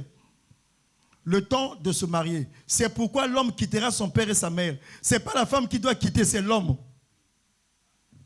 L'homme quittera. Est-ce que nous avons quitté? Est-ce que tu as quitté ton père et ta mère? Parce qu'ici, il s'agit d'une union. Le mariage, on n'est pas des binômes. Ce n'est pas un duo. C'est une union. On se fond l'un dans l'autre pour devenir une seule personne. Voilà pourquoi la Bible dit, les deux deviendront. Devenir. On peut faire 30 ans le mariage sans être une seule chair. Ce n'est pas le maire qui fait qu'on soit une seule chair. C'est l'effort que vous allez faire, le travail que vous allez faire pendant votre vie conjugale pour vous emmener. C'est une destination, être une célibataire. Donc, il y a des gens qui sont mariés, ils sont encore des binômes. C'est le duo. L'homme quittera son père et sa mère, s'attachera. Un frère, un jour, je suis allé chez lui et on était comme ça là, sa femme est venue s'asseoir à côté de lui. Il dit, docteur, regarde, elle est toujours comme ça. Elle me colle. Je dis, Motoluka qui yo.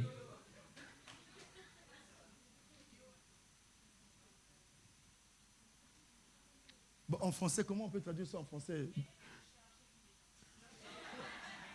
Bon, en English, in English.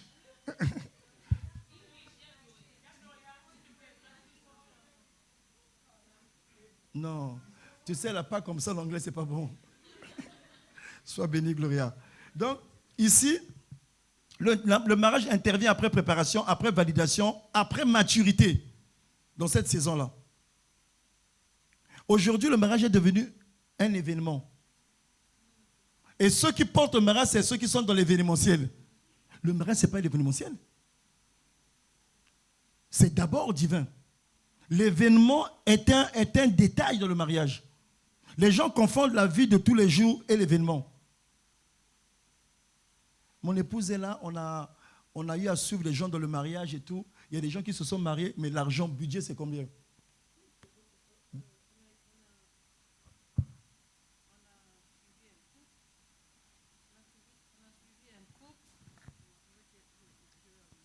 Bon, parle-moi comme ça, comme le micro aussi est fâché là. Vas-y, vas-y. On a suivi un couple qui, lorsqu'ils se sont mariés pour la cérémonie, les fleurs qui ont été mises dans la salle ont coûté 40 millions. Oui, que les fleurs. Les fleurs ont quitté l'Europe, les fleurs naturelles. Mais vous connaissez pas la meilleure. Je peux continuer? La meilleure, c'est que le mariage a fait tout au plus 14 mois, sinon moins. Ils ont divorcé depuis. Mais ce n'est pas le mariage, au fait. Au fait, le problème, c'est quoi? Les gens confondent. Ce n'est pas une série télévisée. On ne fait pas du Kardashian. Ce n'est pas de la télé-réalité. Le mariage, ce n'est pas une télé. Ce n'est pas une télé-réalité. Mais je vous assure, mais tu regardes la chose, tu dis, mais Seigneur, mais vraiment. Qu'est-ce qu'il y a? Tu n'es pas dépassé, hein? Que les fleurs, pas la salle. Parce que les gens. Les vêtements de la mariée. Les gens aujourd'hui, excuse-moi, Mika, les gens aujourd'hui ont confondu les choses. L'investissement, c'est faire dans la prière. Les gens investissent dans... Mais le mariage, moi j'ai vu des gens se marier dans une salle, dans un bureau. Le problème, c'est quoi? Vous voulez quoi exactement? Qu'est-ce que vous cherchez? Qu'est-ce que vous voulez? Le but, c'est quoi? Le but, c'est quoi? C'est vrai qu'on veut se marier, que tout le monde soit là. Mais on ne peut pas paumer toute sa fortune pour un mariage. On a beaucoup de choses à faire. Il y a le gala, qu'il faut financer, il y a beaucoup de choses. On ne peut pas. Aujourd'hui, les gens changent 3 tenues. Même 5. La même nuit. Non, ça c'est la 3 tenues, ça c'est le dîner. Mais frère, mais comment? Moi j'ai dit à quelqu'un, mais tu nous aurais dit, j'irais apporter 2 tenues aussi. Mais tous, qui va se négliger? Mais tous on change de tenue.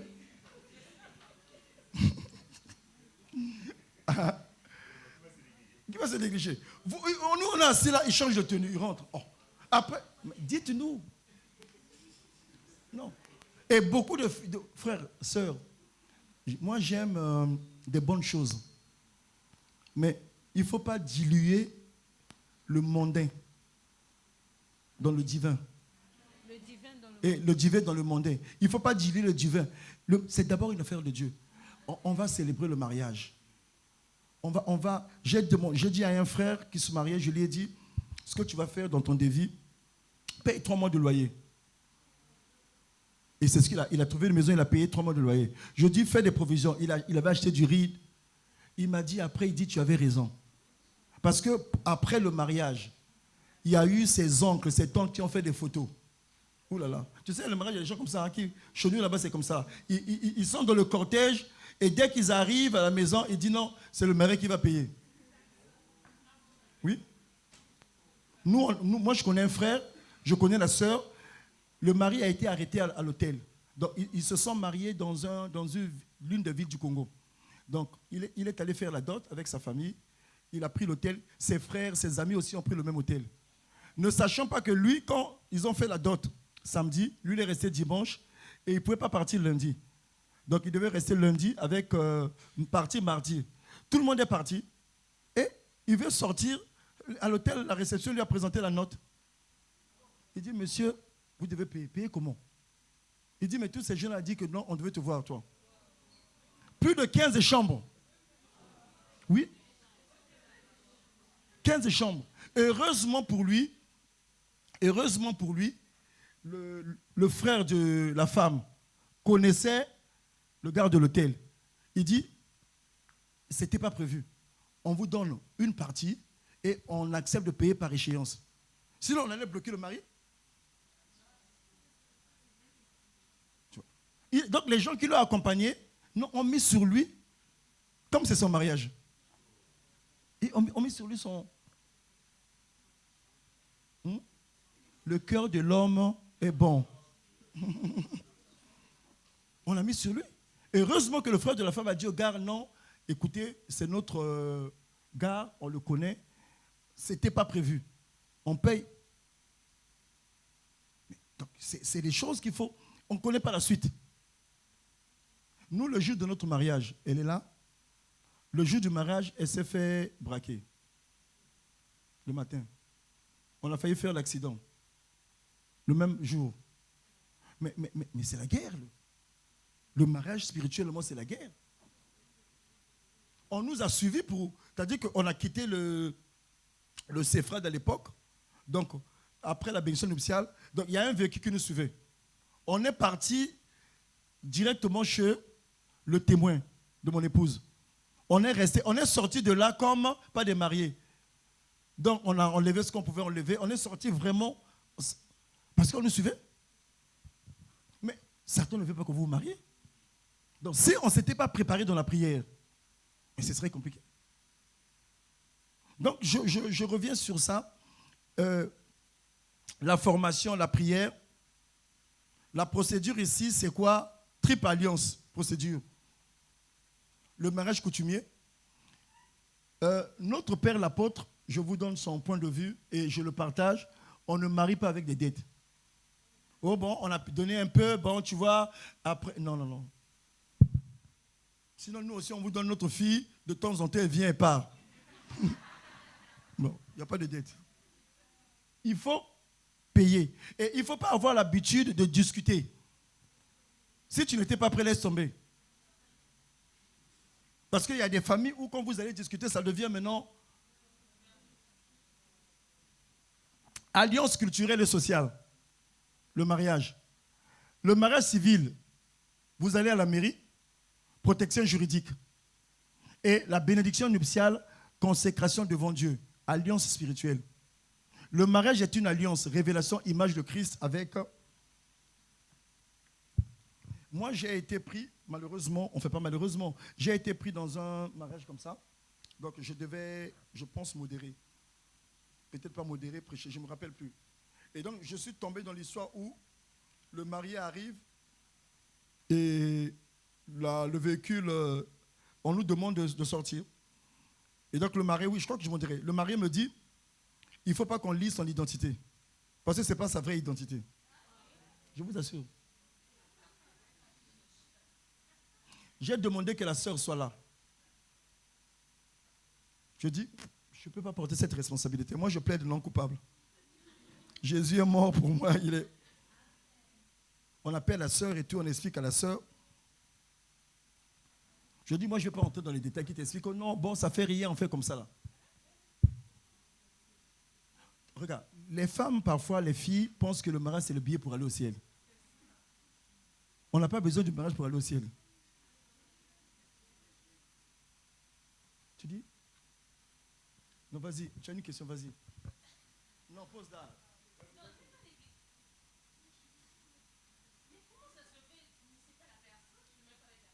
En droit, c'est le dol. En droit, ça s'appelle erreur sur la personne. Mais le problème, c'est quoi? C'est que le frère n'a pas tout dit.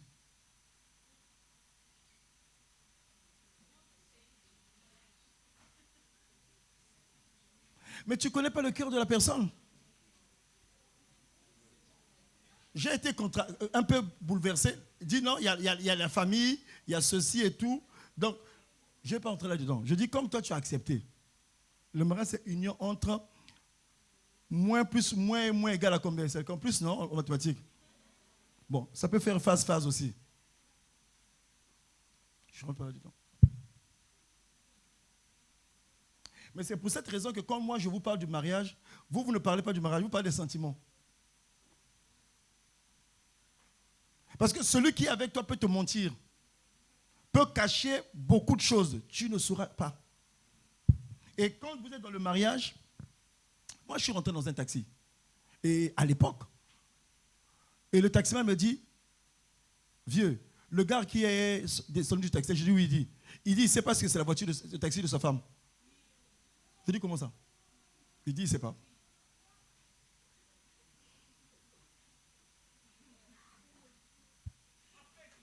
Il y a un monsieur, on m'a expliqué son cas, il louait cette maison-là. Mais c'est la maison de sa femme.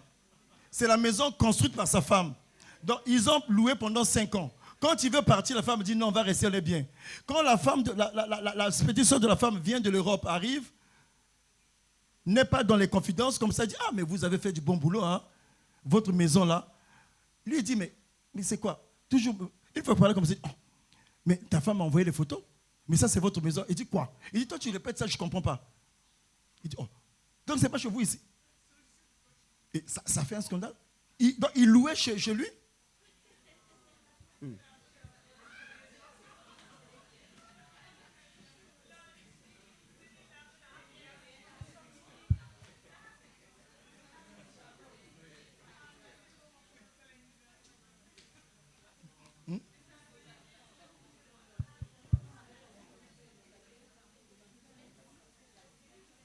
Oui, il y a une histoire comme ça au pays là.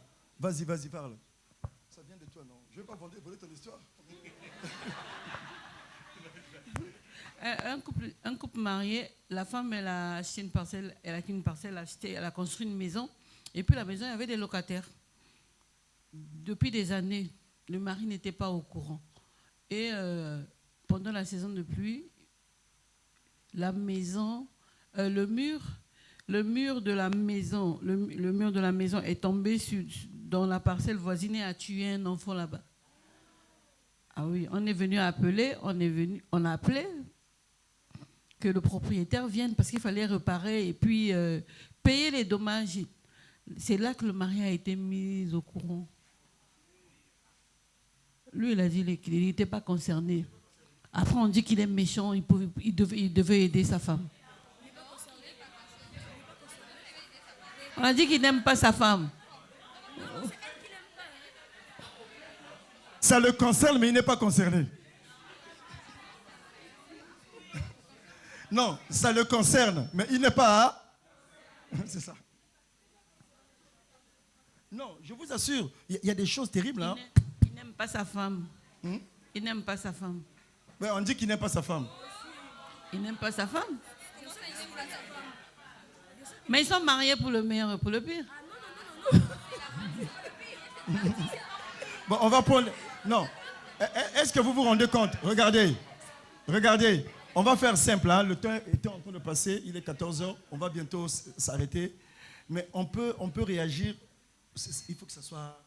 On discute. Je ne veux pas vous faire peur.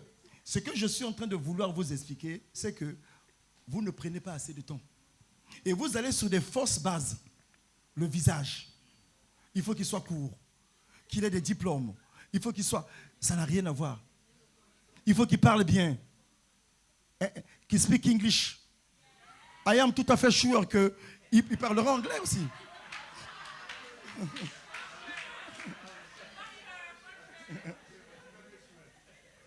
Non, tu vois, on va sur des mauvaises bases.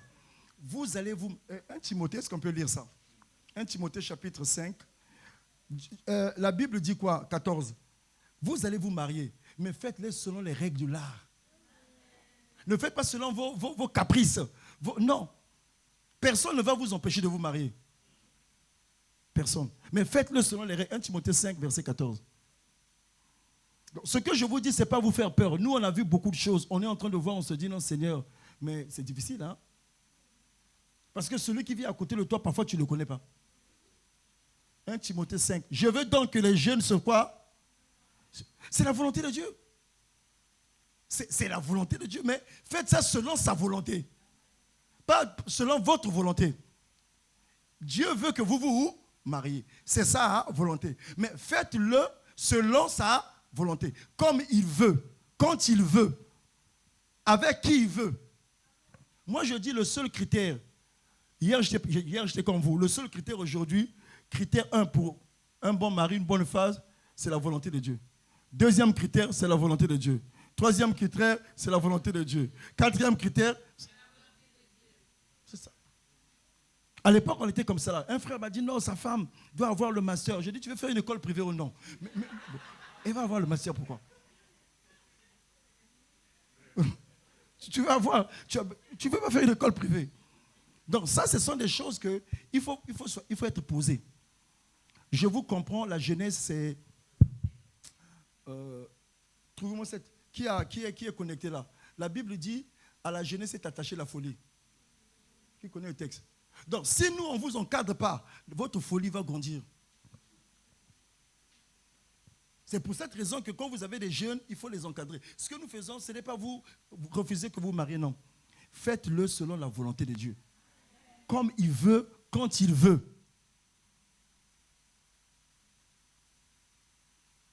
Tu as trouvé le verset? Bon, je donne une récompense. Proverbe 22, 15. Proverbe 22, 15. Il dit quoi? Il y aurait une récompense, oui? Je vais prier pour la personne. La folie est attachée au cœur de l'enfant. La verge de la correction l'éloignera de lui. Donc ici, vous voyez qu'il y a une folie. La folie ici, on ne prend pas dans le sens strict du mot. Ici, quand on voit la folie, on voit dans le comportement. On fait les choses sans raison, sans sagesse. C'est comme une folie. Sans bon sens. C'est les instincts, c'est les émotions, non?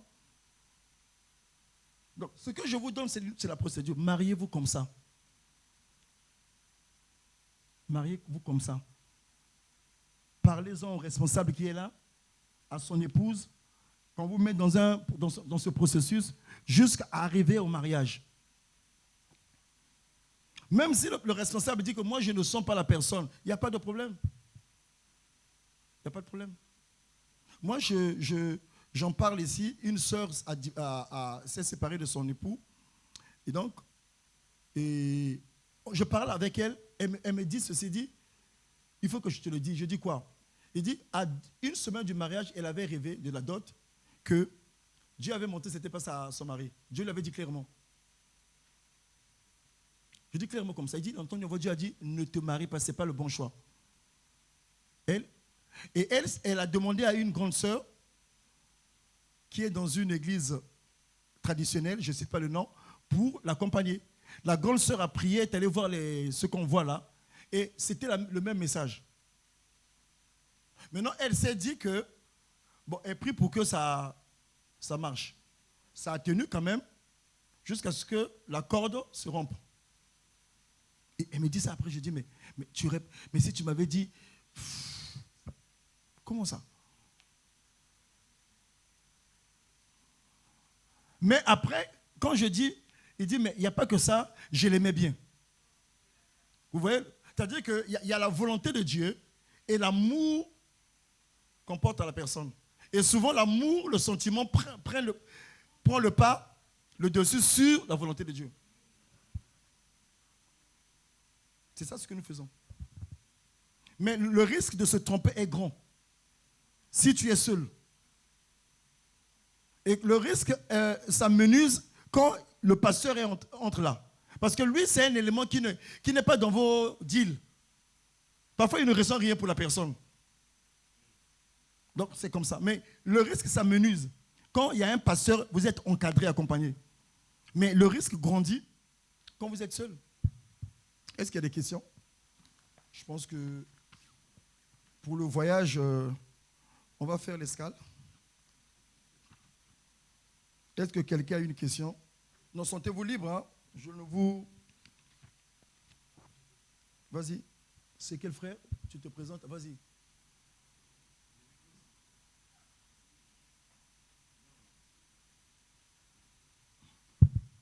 Donnez-lui le micro. Je répondrai avec mon épouse, avec le responsable qui sont là. Ok. Donc, si tu t'adresses pas seulement à moi. Hein? Merci beaucoup. Bonjour, docteur. Bonjour. Je suis le frère Dieveil. Dans notre génération, on entend souvent certains dire que peut-être c'est la femme de ta destinée, l'homme de ta destinée. Maintenant, la question c'est de savoir, est-ce qu'il existe qu'une seule personne qui nous est compatible sur terre en matière de cœur, parce que Dieu connaît le cœur de tout un chacun, mais est-ce qu'il existe qu'une seule personne qui nous est compatible? Telle est ma question. Merci beaucoup. D'accord. Bon, l'homme de ma destinée, la femme de la destinée, selon la parole de Dieu, selon Dieu, normalement, je mets, à l'exception des cas où il y a mort d'un conjoint et puis la personne se remarie, sinon, on n'a qu'un conjoint avec qui Dieu nous met à côté de nous, avec qui on va cheminer ensemble, normalement. Je dis, excepté les cas où les gens, le conjoint meurt et puis la personne se remarie. Sinon, on n'a qu'un seul conjoint. Maintenant, ici, il ne s'agit pas simplement d'une révélation. Il y a, au-delà de la révélation aussi, des signaux, des indices qui peuvent montrer que cette personne est appelée à vivre avec toi. Mais ces signaux doivent toujours être éprouvés. Parce que les signes, ça peut tromper. Ça peut tromper. Donc, ici, je peux répondre à cela. Maintenant, la personne avec laquelle vous allez vivre, la destinée ici, ta question, elle est très large, mais je voulais donner une autre réponse en disant ceci. Quand vous voyez Mardoché, quand tu vois Mardoché, tu vois Esther, tu vois le roi Assuérus, et Mardoché va dire quelque chose d'important à Esther. Et il lui dit exactement ceci. Quand la nation était en péril, quand le dit du roi a été pris, sur le peuple juif pesait une grande menace, Mardoché a dit à Esther, si ce n'est pour ce temps-là que tu es parvenu à la royauté. Au fait, ce bout de phrase montre que chaque mariage, il y a la raison d'être. C'est-à-dire que, au-delà de ce que nous ressentons l'un pour l'autre, mais dans chaque couple, il y a une mission. Au fait, on se marie au-delà de nos regards, de nos sourires, mais chaque couple a une mission. Donc, il faut que nous puissions maintenant entrer là-dedans pour savoir que la femme de ma destinée, c'est par rapport à la mission. Ce n'est pas par rapport à simplement mes aspirations. Dieu sait que moi, je serai pasteur, par exemple. Moi-même, je ne sais pas. Il me donne une femme qui prie beaucoup. Moi, je dis, mais ça sert à quoi de prier beaucoup? Mais quand je vais rentrer dans ma destinée, je dis, mais oulala, c'était l'aide qu'il me fallait. Donc, en réalité, chaque couple, il y a une raison d'être de votre mariage. Et c'est au-delà de ce que tu ressens pour la personne.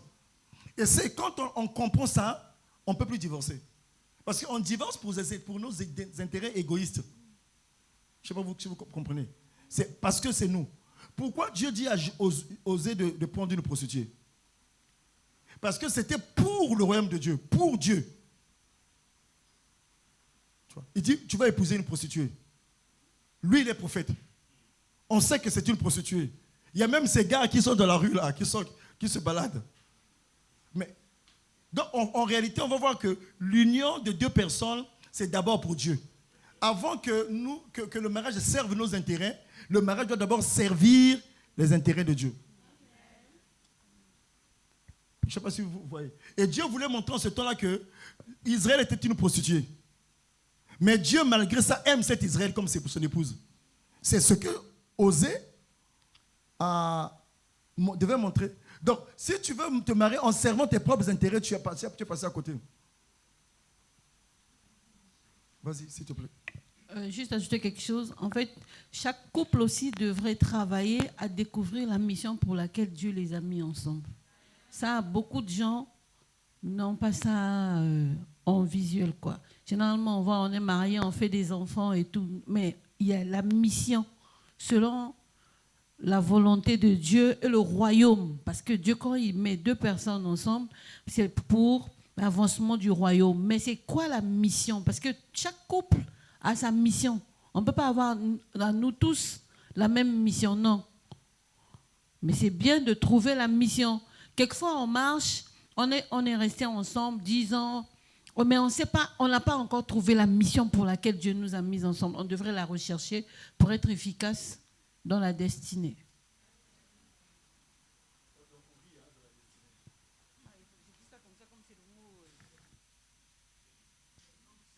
Il y a une autre, je vois, Tété. Vas-y. On va prendre les questions et puis on va commencer. On prend toutes les questions et puis on enchaîne, hein, parce qu'il ne faut pas aller le temps de repartir à la maison, de courir un peu parce que le soir il y a la nourriture. Bonjour tout le monde, je suis la sœur Teresa. J'ai 2 questions. Est-ce qu'une sœur peut aller voir le pasteur parce qu'elle est intéressée par un frère? Deuxièmement, vous avez dit que...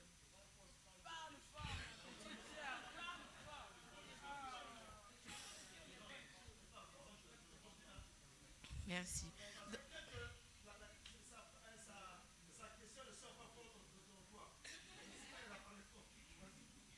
Donc, la deuxième question était de savoir, vous avez dit tout à l'heure qu'une personne peut faire des choses par obligation, c'est-à-dire que la personne peut décider de venir à l'église pour nous, tout ce qui va avec, mais la personne n'est pas réellement convertie. Si nous nous retrouvons par exemple dans un cas où moi je prie par exemple à Rehoboth, je suis un frère, d'accord, qui prie, c'est un exemple. Je suis un frère qui prie à Rehoboth et ma conjointe prie par exemple à l'église évangélique. Sa famille est dans l'église évangélique depuis, elle a grandi à l'église évangélique. Et elle est ferme, elle dit qu'elle ne peut pas quitter son église pour pouvoir aller dans une autre église. Dans ce cadre-là, si nous ne voyons pas la volonté de Dieu et que nous restons sur nos sentiments et que nous voulons quand même nous marier avec cette sœur, et est-ce que c'est bien que le frère soit dans son église et que la sœur aussi soit dans son église, ou est-ce que les deux doivent être dans la même congrégation? Je prends déjà la première question. Je prends la première question en disant ceci. Nous sommes ici dans le domaine spirituel. Et le domaine spirituel est un domaine difficile à encadrer. Parce que je ne peux pas dire que Dieu ne peut pas faire ça, je ne peux pas dire ça. Et c'est vrai que humainement parlant, selon nos codes, ici, c'est toujours l'homme qui va vers la femme. Le contraire peut être possible parce que les femmes ont plusieurs langages. Il y a le langage verbal, le langage gestuel, il y a beaucoup de langages. Tu vois. Maintenant, le pasteur, est-ce que la sœur peut aller voir le pasteur? Si Dieu lui dit d'aller voir le pasteur, il peut aller parler au pasteur pour dire au pasteur, oui, c'est possible. Mais moi, je peux poser la question à une sœur. Je dis, dans la discussion, il dit, moi, j'ai déjà posé la question avec les sœurs. Hein. Mais toute ta vie, il dit, non, je n'ai personne. Je dis, Dieu m'a déjà montré le frère. Mais ça reste entre Dieu et elle. Et maintenant, quand on parle au pasteur, ça reste aussi entre Dieu et le pasteur. C'est pour cette raison que nous, les hommes de Dieu, il faut que nous soyons discrets. Ah là, c'est bon. Il faut être discret. Pour ne pas qu'il y ait des fuites. Chez nous, là-bas, on appelle ça bébé Lily. faut pas qu'il y ait des fuites. Donc il ne faut pas que les choses transpirent. C'est possible d'aller voir le pasteur parce qu'il s'agit de sa vie. Et avec le pasteur, on peut prier jusqu'à ce que le frère voilà, tombe. C'est possible. Maintenant, dans le cas où la sœur a dit, le problème au départ, ça ne pose pas de problème. Bon, ici, tu as parlé de l'église, 2 églises. Mais la bonne question à poser, c'est, pour Dieu, d'abord, ce qui est important, c'est la foi chrétienne. Parce que les dénominations ne comptent pas pour Dieu. C'est-à-dire que le frère peut être dans une autre église. Est-ce qu'il est chrétien? Est-ce qu'il est enfant de Dieu d'abord? Maintenant, il peut y avoir un deuxième problème. Dans la vie, quand vous vivez ensemble, si vous n'êtes pas dans la même église, ce sera aussi difficile. Parce que si vous n'avez pas les mêmes programmes, vous n'écoutez pas les mêmes paroles, vous n'avez pas les mêmes exigences, ça peut créer des problèmes. Parce que chaque église a son organisation. Vous, là-bas, vous avez 42 jours de jeûne. Chez l'autre pasteur, on ne jeûne pas beaucoup. Il va commencer à dire, toi, tu jeûnes trop. Dans ton église, là, on vous prend trop. Ça pose des problèmes. C'est pour cette raison que le rapprochement des conjoints dans la même église est à souhaiter. Ce n'est pas une loi, mais c'est à souhaiter. C'est à souhaiter. Donc, ce que je dois rechercher en tant que chrétien, c'est de prendre quelqu'un qui est chrétien. C'est ça, en fait. Je peux vous... Il y a un verset ici, hein, je vais vous le partager. Est-ce qu'il faut... On va lire 2 Corinthiens 6, 14. Donc, ici, ce qui est intéressant, c'est la foi chrétienne. C'est-à-dire, nous partageons la même foi, on est tous enfants de Dieu. C'est ça ce qui est important. 2 Corinthiens 6, 14. Ne vous mettez pas avec les infidèles sous un joug étranger. Est-ce qu'il y a une autre question? Vas-y, ma soeur. Donc le mariage est sacré dans sa nature, hein, mystérieux dans sa profondeur. La Bible nous dit que le mariage est un mystère. Vas-y, ma soeur. Bonjour tout le monde, c'est la sœur Dorcy. J'ai une question. Comment agir si on a la volonté de Dieu, mais que la volonté de Dieu n'est pas dans les codes? Par exemple, dans les cas d'Ézéchiel, moi je me demande s'il était actuellement. Comment aller vers... Osée, pardon. Comment aller vers l'ancien pour lui dire, Dieu m'a dit... Comment tu dis qu'Osée n'est pas là? Osée est là? Je l'ai vu dans la salle. Il est là, non, Osée? Il est à la porte, non? Vas-y, non, c'est pour te... Je me demandais comment, s'il était au temps actuel, comment aller dire à l'ancien, par exemple, que Dieu m'a dit d'épouser une prostituée. Comment il a dit quoi? Aller le dire, par exemple, à l'ancien ou au responsable. C'est pas des choses... Oui, ce que tu dis, est-ce qu'on peut lire juge? Vous savez, les choses de Dieu, c'est compliqué. Juge. Vous êtes avec moi dans 14. Je vous lis ça. 1 à 3. Juge 14, on peut nous l'afficher. Puis je vais lire pour gagner le temps. Juge 14, verset 1er. Samson descendit à Timna. Il vit une femme parmi les filles de Philistins. Selon la loi, selon Dieu, c'était interdit. Lorsqu'il fut remonté, il déclara à son père et à sa mère Samson. Et il dit, j'ai vu à Timna une femme parmi les filles de Philistins. Prenez-la maintenant pour ma femme. Son père et sa mère lui dirent, n'y a-t-il point de femme parmi les filles de tes frères et dans tout notre peuple que tu ailles prendre une femme chez les Philistins qui soit incirconcis? Et Samson dit à son père, prends-la pour moi, car elle me plaît. Son père et sa mère ne savaient pas que cela venait de l'Éternel. Ici, nous sommes en face d'une situation difficile. La maman, donc le couple Manoah, ils connaissent la loi. Mais Dieu fait une exception pour Samson. Pour la mission de Samson, il fallait que Samson noue cette relation. Et la Bible nous dit, c'était quoi? Car Samson cherchait une occasion de dispute de la part des Philistins. Donc ça venait de l'Éternel. Ça, c'est une exception à la règle. Je ne sais pas si vous comprenez ce que je dis. C'est-à-dire, ce n'est pas comme ça que ça devait se passer. Mais pour la mission de Dieu, donc pour le cas de Osée, en tant que prophète, sacrificateur, à l'époque lévite, il n'y a pas de relation avec les femmes prostituées. Mais c'est une exception. Je ne sais pas si vous suivez ce que je dis là. Donc, voilà pourquoi Dieu, on ne peut pas le mettre dans une boîte. il y a des exceptions comme ça, il y a des choses que Dieu demande, c'est exceptionnel. Mais on ne peut pas ériger ça en règle. L'exception confirme la règle, mais elle ne devient pas une règle. Donc pour Osée, c'était difficile. J'avoue que c'était difficile. Même autour de lui, ça a dû faire de bruit. Beaucoup de bruit. Donc si tu dis à l'ancien va dire non. Moi, je dirais non. Mais si, comme la procédure nous l'autorise, si on se met à prier, Dieu nous parlera. C'est pour cette raison que quand vous parlez avec un homme de Dieu, tout, il peut donner son avis.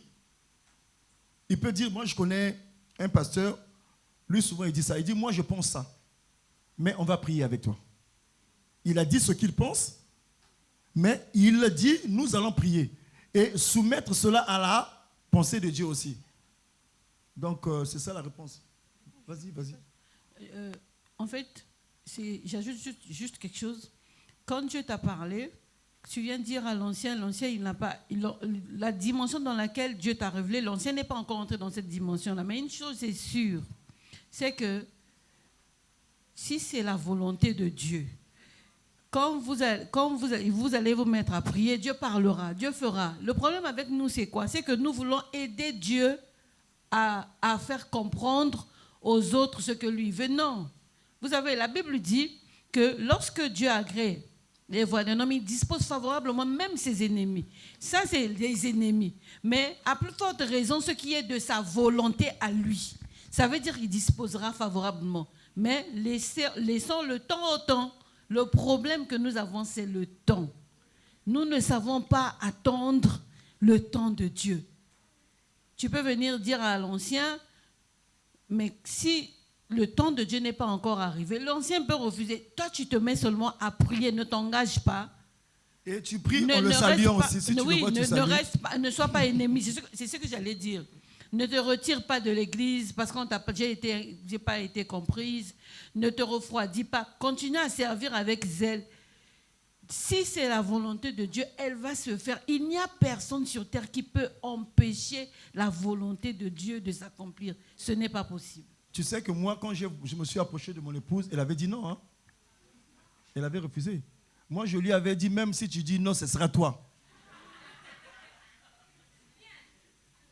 Mais nous, à cette époque-là, on était chrétiens, mais on était aussi enfants de pototo un peu. Elle avait dit non, j'ai dit, ce sera toi. Que tu le veuilles ou non, ce sera toi. Au nom de Jésus. C'est un parole de rire. Non, c'est ça en fait. Donc, laissons-le, comme elle a si bien dit, Dieu sait faire le temps. Moi, j'ai assisté à un mariage à ICC, un frère une sœur se mariait, et la sœur explique dans son témoignage, le pasteur Yves, si elle était partie dire, le pasteur ne devait pas accepter. Elle a dit, elle a fait 5 ans pour prier. Pour que le pasteur, oui. Et le pasteur dit, à cette époque-là, quand tu dis, je n'allais pas accepter. Tu comprends? Donc, le temps est passé à un moment donné. Il dit, je n'ai pas dit. J'avais la conviction que tel que ça se passe. Et il dit, je n'avais pas dit, je voyais comment le pasteur parlait. Vous mes filles. Non. Mais elle l'avait reçu de Dieu. Tu vois. Et dit, 5 ans après, quand elle a présenté au pasteur, ok. C'est ok. Dans ce qu'elle dit, on n'a pas la même dimension. Dieu peut te révéler, mais attends que Dieu révèle à tout le monde aussi. Bon, attends, là, c'est un problème, hein? Ah, attends, c'est un problème. Il y a ça, tu vois. Vas-y. La dernière, hein? Oui, parce que là, bientôt, 30, on va s'arrêter. On te donne le micro. Je sais qu'il y a des gens qui ne posent pas des questions, mais les questions qui sont posées concernent tout le monde, hein? Chega a aussi une question. Bonjour papa, bonjour maman, bonjour à tout le monde. Moi j'ai une question. Ça c'est la procédure de Rehoboth. Ça c'est ce qui a été mis en place par Rehoboth. Donc nous en tant qu'enfants de Rehoboth, normalement, bon, en nous enseignant, on la connaît. Maintenant, si l'autre personne n'est pas Rehoboth, comment ça se passe? Bon, l'autre n'est pas Rehoboth, mais s'il vient prendre quelqu'un de Rehoboth, nous soumettons cette personne. Nous, on a eu des mariages avec les ICC. Ça s'est bien passé. On s'est coordonné, vraiment coordonné. Même au niveau de la bénédiction nuptiale, vraiment avec ICC, on a eu déjà des expériences comme ça. Ça s'est passé vraiment sans problème. On a fait des formations. Donc, pour un couple, ils ont commencé là-bas. Après, nous, on a achevé. Et pour un autre couple, l'ICC a dit non, vous faites tout. Donc, c'est simplement un problème d'entente entre deux églises. On a la même foi. Et parfois même, ça fait une richesse de mettre toutes les procédures ensemble. Le couple a un bonus encore, comme c'est la semaine généreuse. C'est tout canal. Donc, c'est une richesse. Bon, il y a aussi des couples où il y a des églises où c'est pas pareil. Il y a eu des difficultés. Mais de mon point de vue, si les deux pasteurs, les deux églises s'entendent, il n'y a pas de problème. Ça peut se passer vraiment très bien. Mais de façon générale, au-delà de Rehoboth, de façon générale, il y a des principes qui sont des principes divins, universels. Vas-y, dis-le, il fallait le dire. En fait, parce que Mika pose la question sur tout l'enseignement. Tout ce que tu as, les 3 saisons, c'est Rehoboth. Maintenant, pour quelqu'un qui n'est pas à Rehoboth, comment faut-il faire? Je vais dire ceci. Nous ne changerons pas les lois d'une maison parce qu'il y a quelqu'un d'autre qui vient. Ça, les chrétiens, ils font ça beaucoup. Il y a des principes qui sont des principes divins. Vous verrez que tu vas aller chez un musulman, quand c'est l'heure de la prière, il priera, il vendra après. Mais nous, le chrétien, on va vendre, on va laisser la prière. Le chrétien, il est comme ça. Très facilement, nous mettons beaucoup d'eau dans les lois, dans les principes divins pour satisfaire les personnes extérieures. On ne devrait pas. On ne devrait pas. La loi de la maison, vos papa a dit que nous, pour nous épouser, il faut faire ceci. Celui qui vient pour t'épouser doit se conformer à ce que ton père a dit. Toi, tu ne changes pas ça parce que tu l'aimes. Non, il t'aime, il va se conformer. Maintenant, s'il n'arrive pas à se conformer pendant qu'il est en train de vouloir te marier, mais quand il t'aura, qu'est-ce qu'il te fera? Je vous assure, hein, l'homme, l'être humain, homme ou femme, c'est quelque chose qu'il n'a pas encore eu. Il a beaucoup de valeur. Quand il a eu la chose, tu vois, c'est plus la même chose. Donc, si quelqu'un n'arrive pas à payer le prix fort avant de t'avoir, maman, dans le foyer, tu vas pleurer.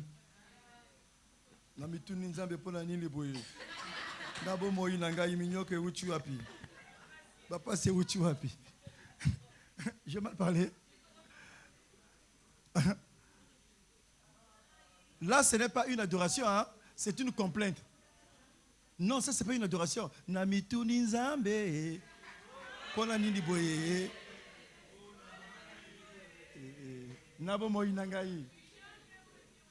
Dieu demande aussi à Jésus, mais il y a d'autres choses pour la nini. Alléluia. Bon, maintenant, si vous n'êtes pas en règle par rapport à tout ce qu'on a dit là, venez voir l'ancien Valdo, mettez-vous en règle. Si vous revenez, nous cassons tout. Une maison qui n'a pas de fondation, on la casse. Parce que quand tu auras des pluies,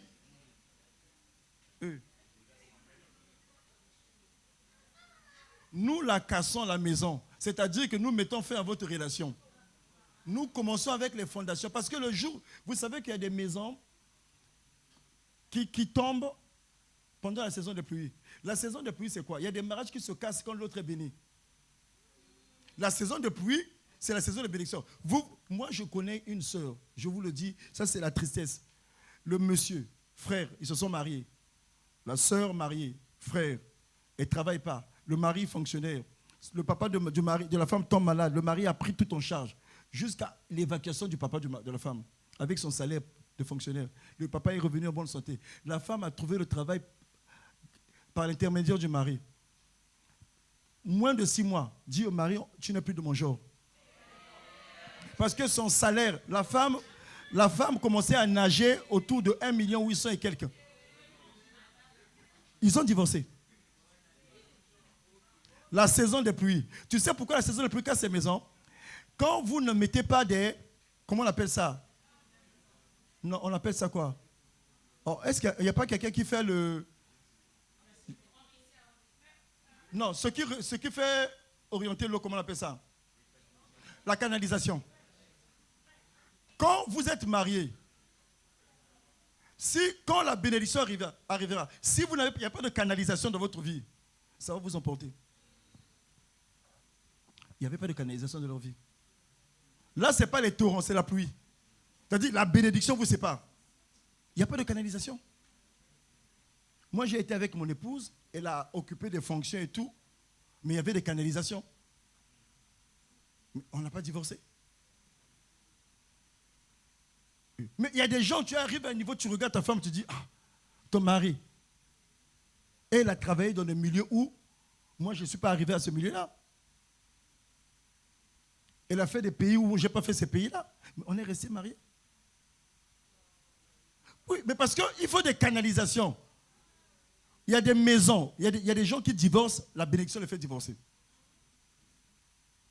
Tu vois? Donc vous voyez des belles maisons, hein? Pas de canalisation. Donc c'est ça le problème. Donc je pense que le frère, le papa de la sœur a dit ceci. Tu as refusé ce gars-là, je te réunis. Parce que c'est de mèche avec sa maman. Il dit c'est lui qui a fait que je sois là, ma santé.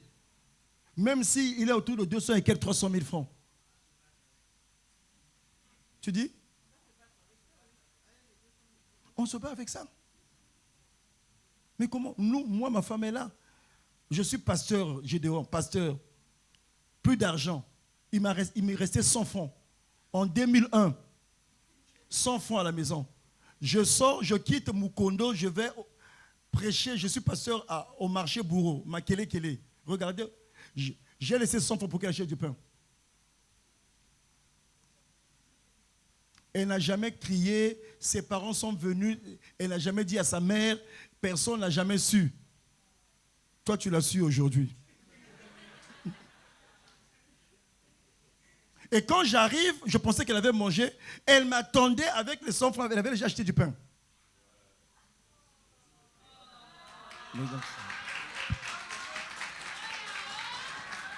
Donc, vous voyez, 100 francs.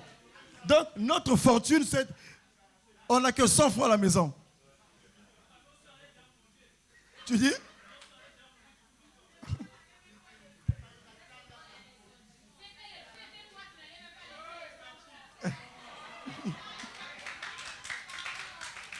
Francs. Vous voyez, Judel. Et quand j'ai témoigné ce jour-là, une fois, c'était, on avait conseil pastoral à Djambala, dans un département du pays. Même les papas étaient, l'apôtre, sa maman, ils regardaient comme ça. Je n'ai jamais dit ça. Et maman Léonie, 100 francs, Judel. On vient de loin. Et qu'est-ce qu'on n'avait plus d'argent, elle m'achetait à Bouimba. On était à la rue Kikumba. Elle achetait à Total. Elle m'achetait les chemises des friperies. De 200, oui. J'avais pas d'habits. Hein? C'est pour cette raison, elle le sait, je le dis publiquement. Quand je voyage, quand j'ai le temps, il faut des valises pour elle. Ah non. Je vous assure.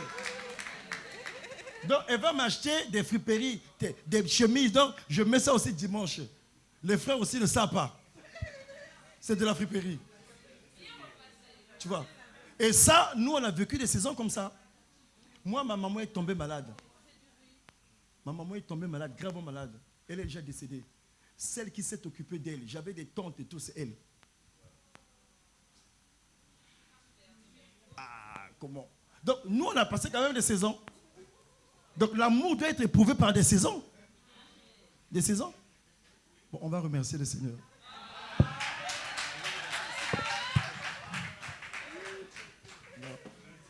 Hein? On a passé des bons moments. C'était le souhait de l'ancien Valdo. On aura peut-être à revenir là-dessus. Mais faites confiance à votre responsable, l'ancien Valdo, à son épouse. Oui. Ne cachez pas. On ne cache pas le mariage. Dites clairement, on va vous aider. Est-ce qu'on peut prier? Seigneur, nous te disons merci pour ces temps d'enseignement, ces temps d'édification, Seigneur, avec tes enfants. Père, que ton nom soit béni. Merci pour l'amour que tu as porté, Seigneur Jésus, pour nous. Merci pour ce temps de mise à part. Seigneur, je vais te confier tes enfants. Tu l'as dit dans 1 Timothée 5,14. Ton désir, ta volonté, tu veux qu'ils se marient. Seigneur, c'est ta volonté. Ce n'est pas leur volonté. Avant même leur naissance, tu voulais déjà qu'ils se marient. Et aide-les à comprendre, Seigneur Jésus, que le mariage est un engagement sacré. C'est une affaire de cœur, pas de tête. Et qu'ils prennent du temps, Seigneur. Et qu'ils fassent confiance, Seigneur Jésus, au Saint-Esprit. Qu'ils fassent confiance à ceux que tu as établis sur eux, Seigneur. Merci, Seigneur, pour toutes les personnes qui sont déjà dans le processus. Un processus clandestin, illégal, illégitime. Seigneur, aide-les à accepter. Quand nous serons prêts à casser cela, Seigneur. Pas pour, Seigneur, les nuire à leur vie, mais pour redresser les choses, Seigneur Jésus. Pour poser un nouveau fondement. Merci, Seigneur. Dans le nom de Jésus. Amen.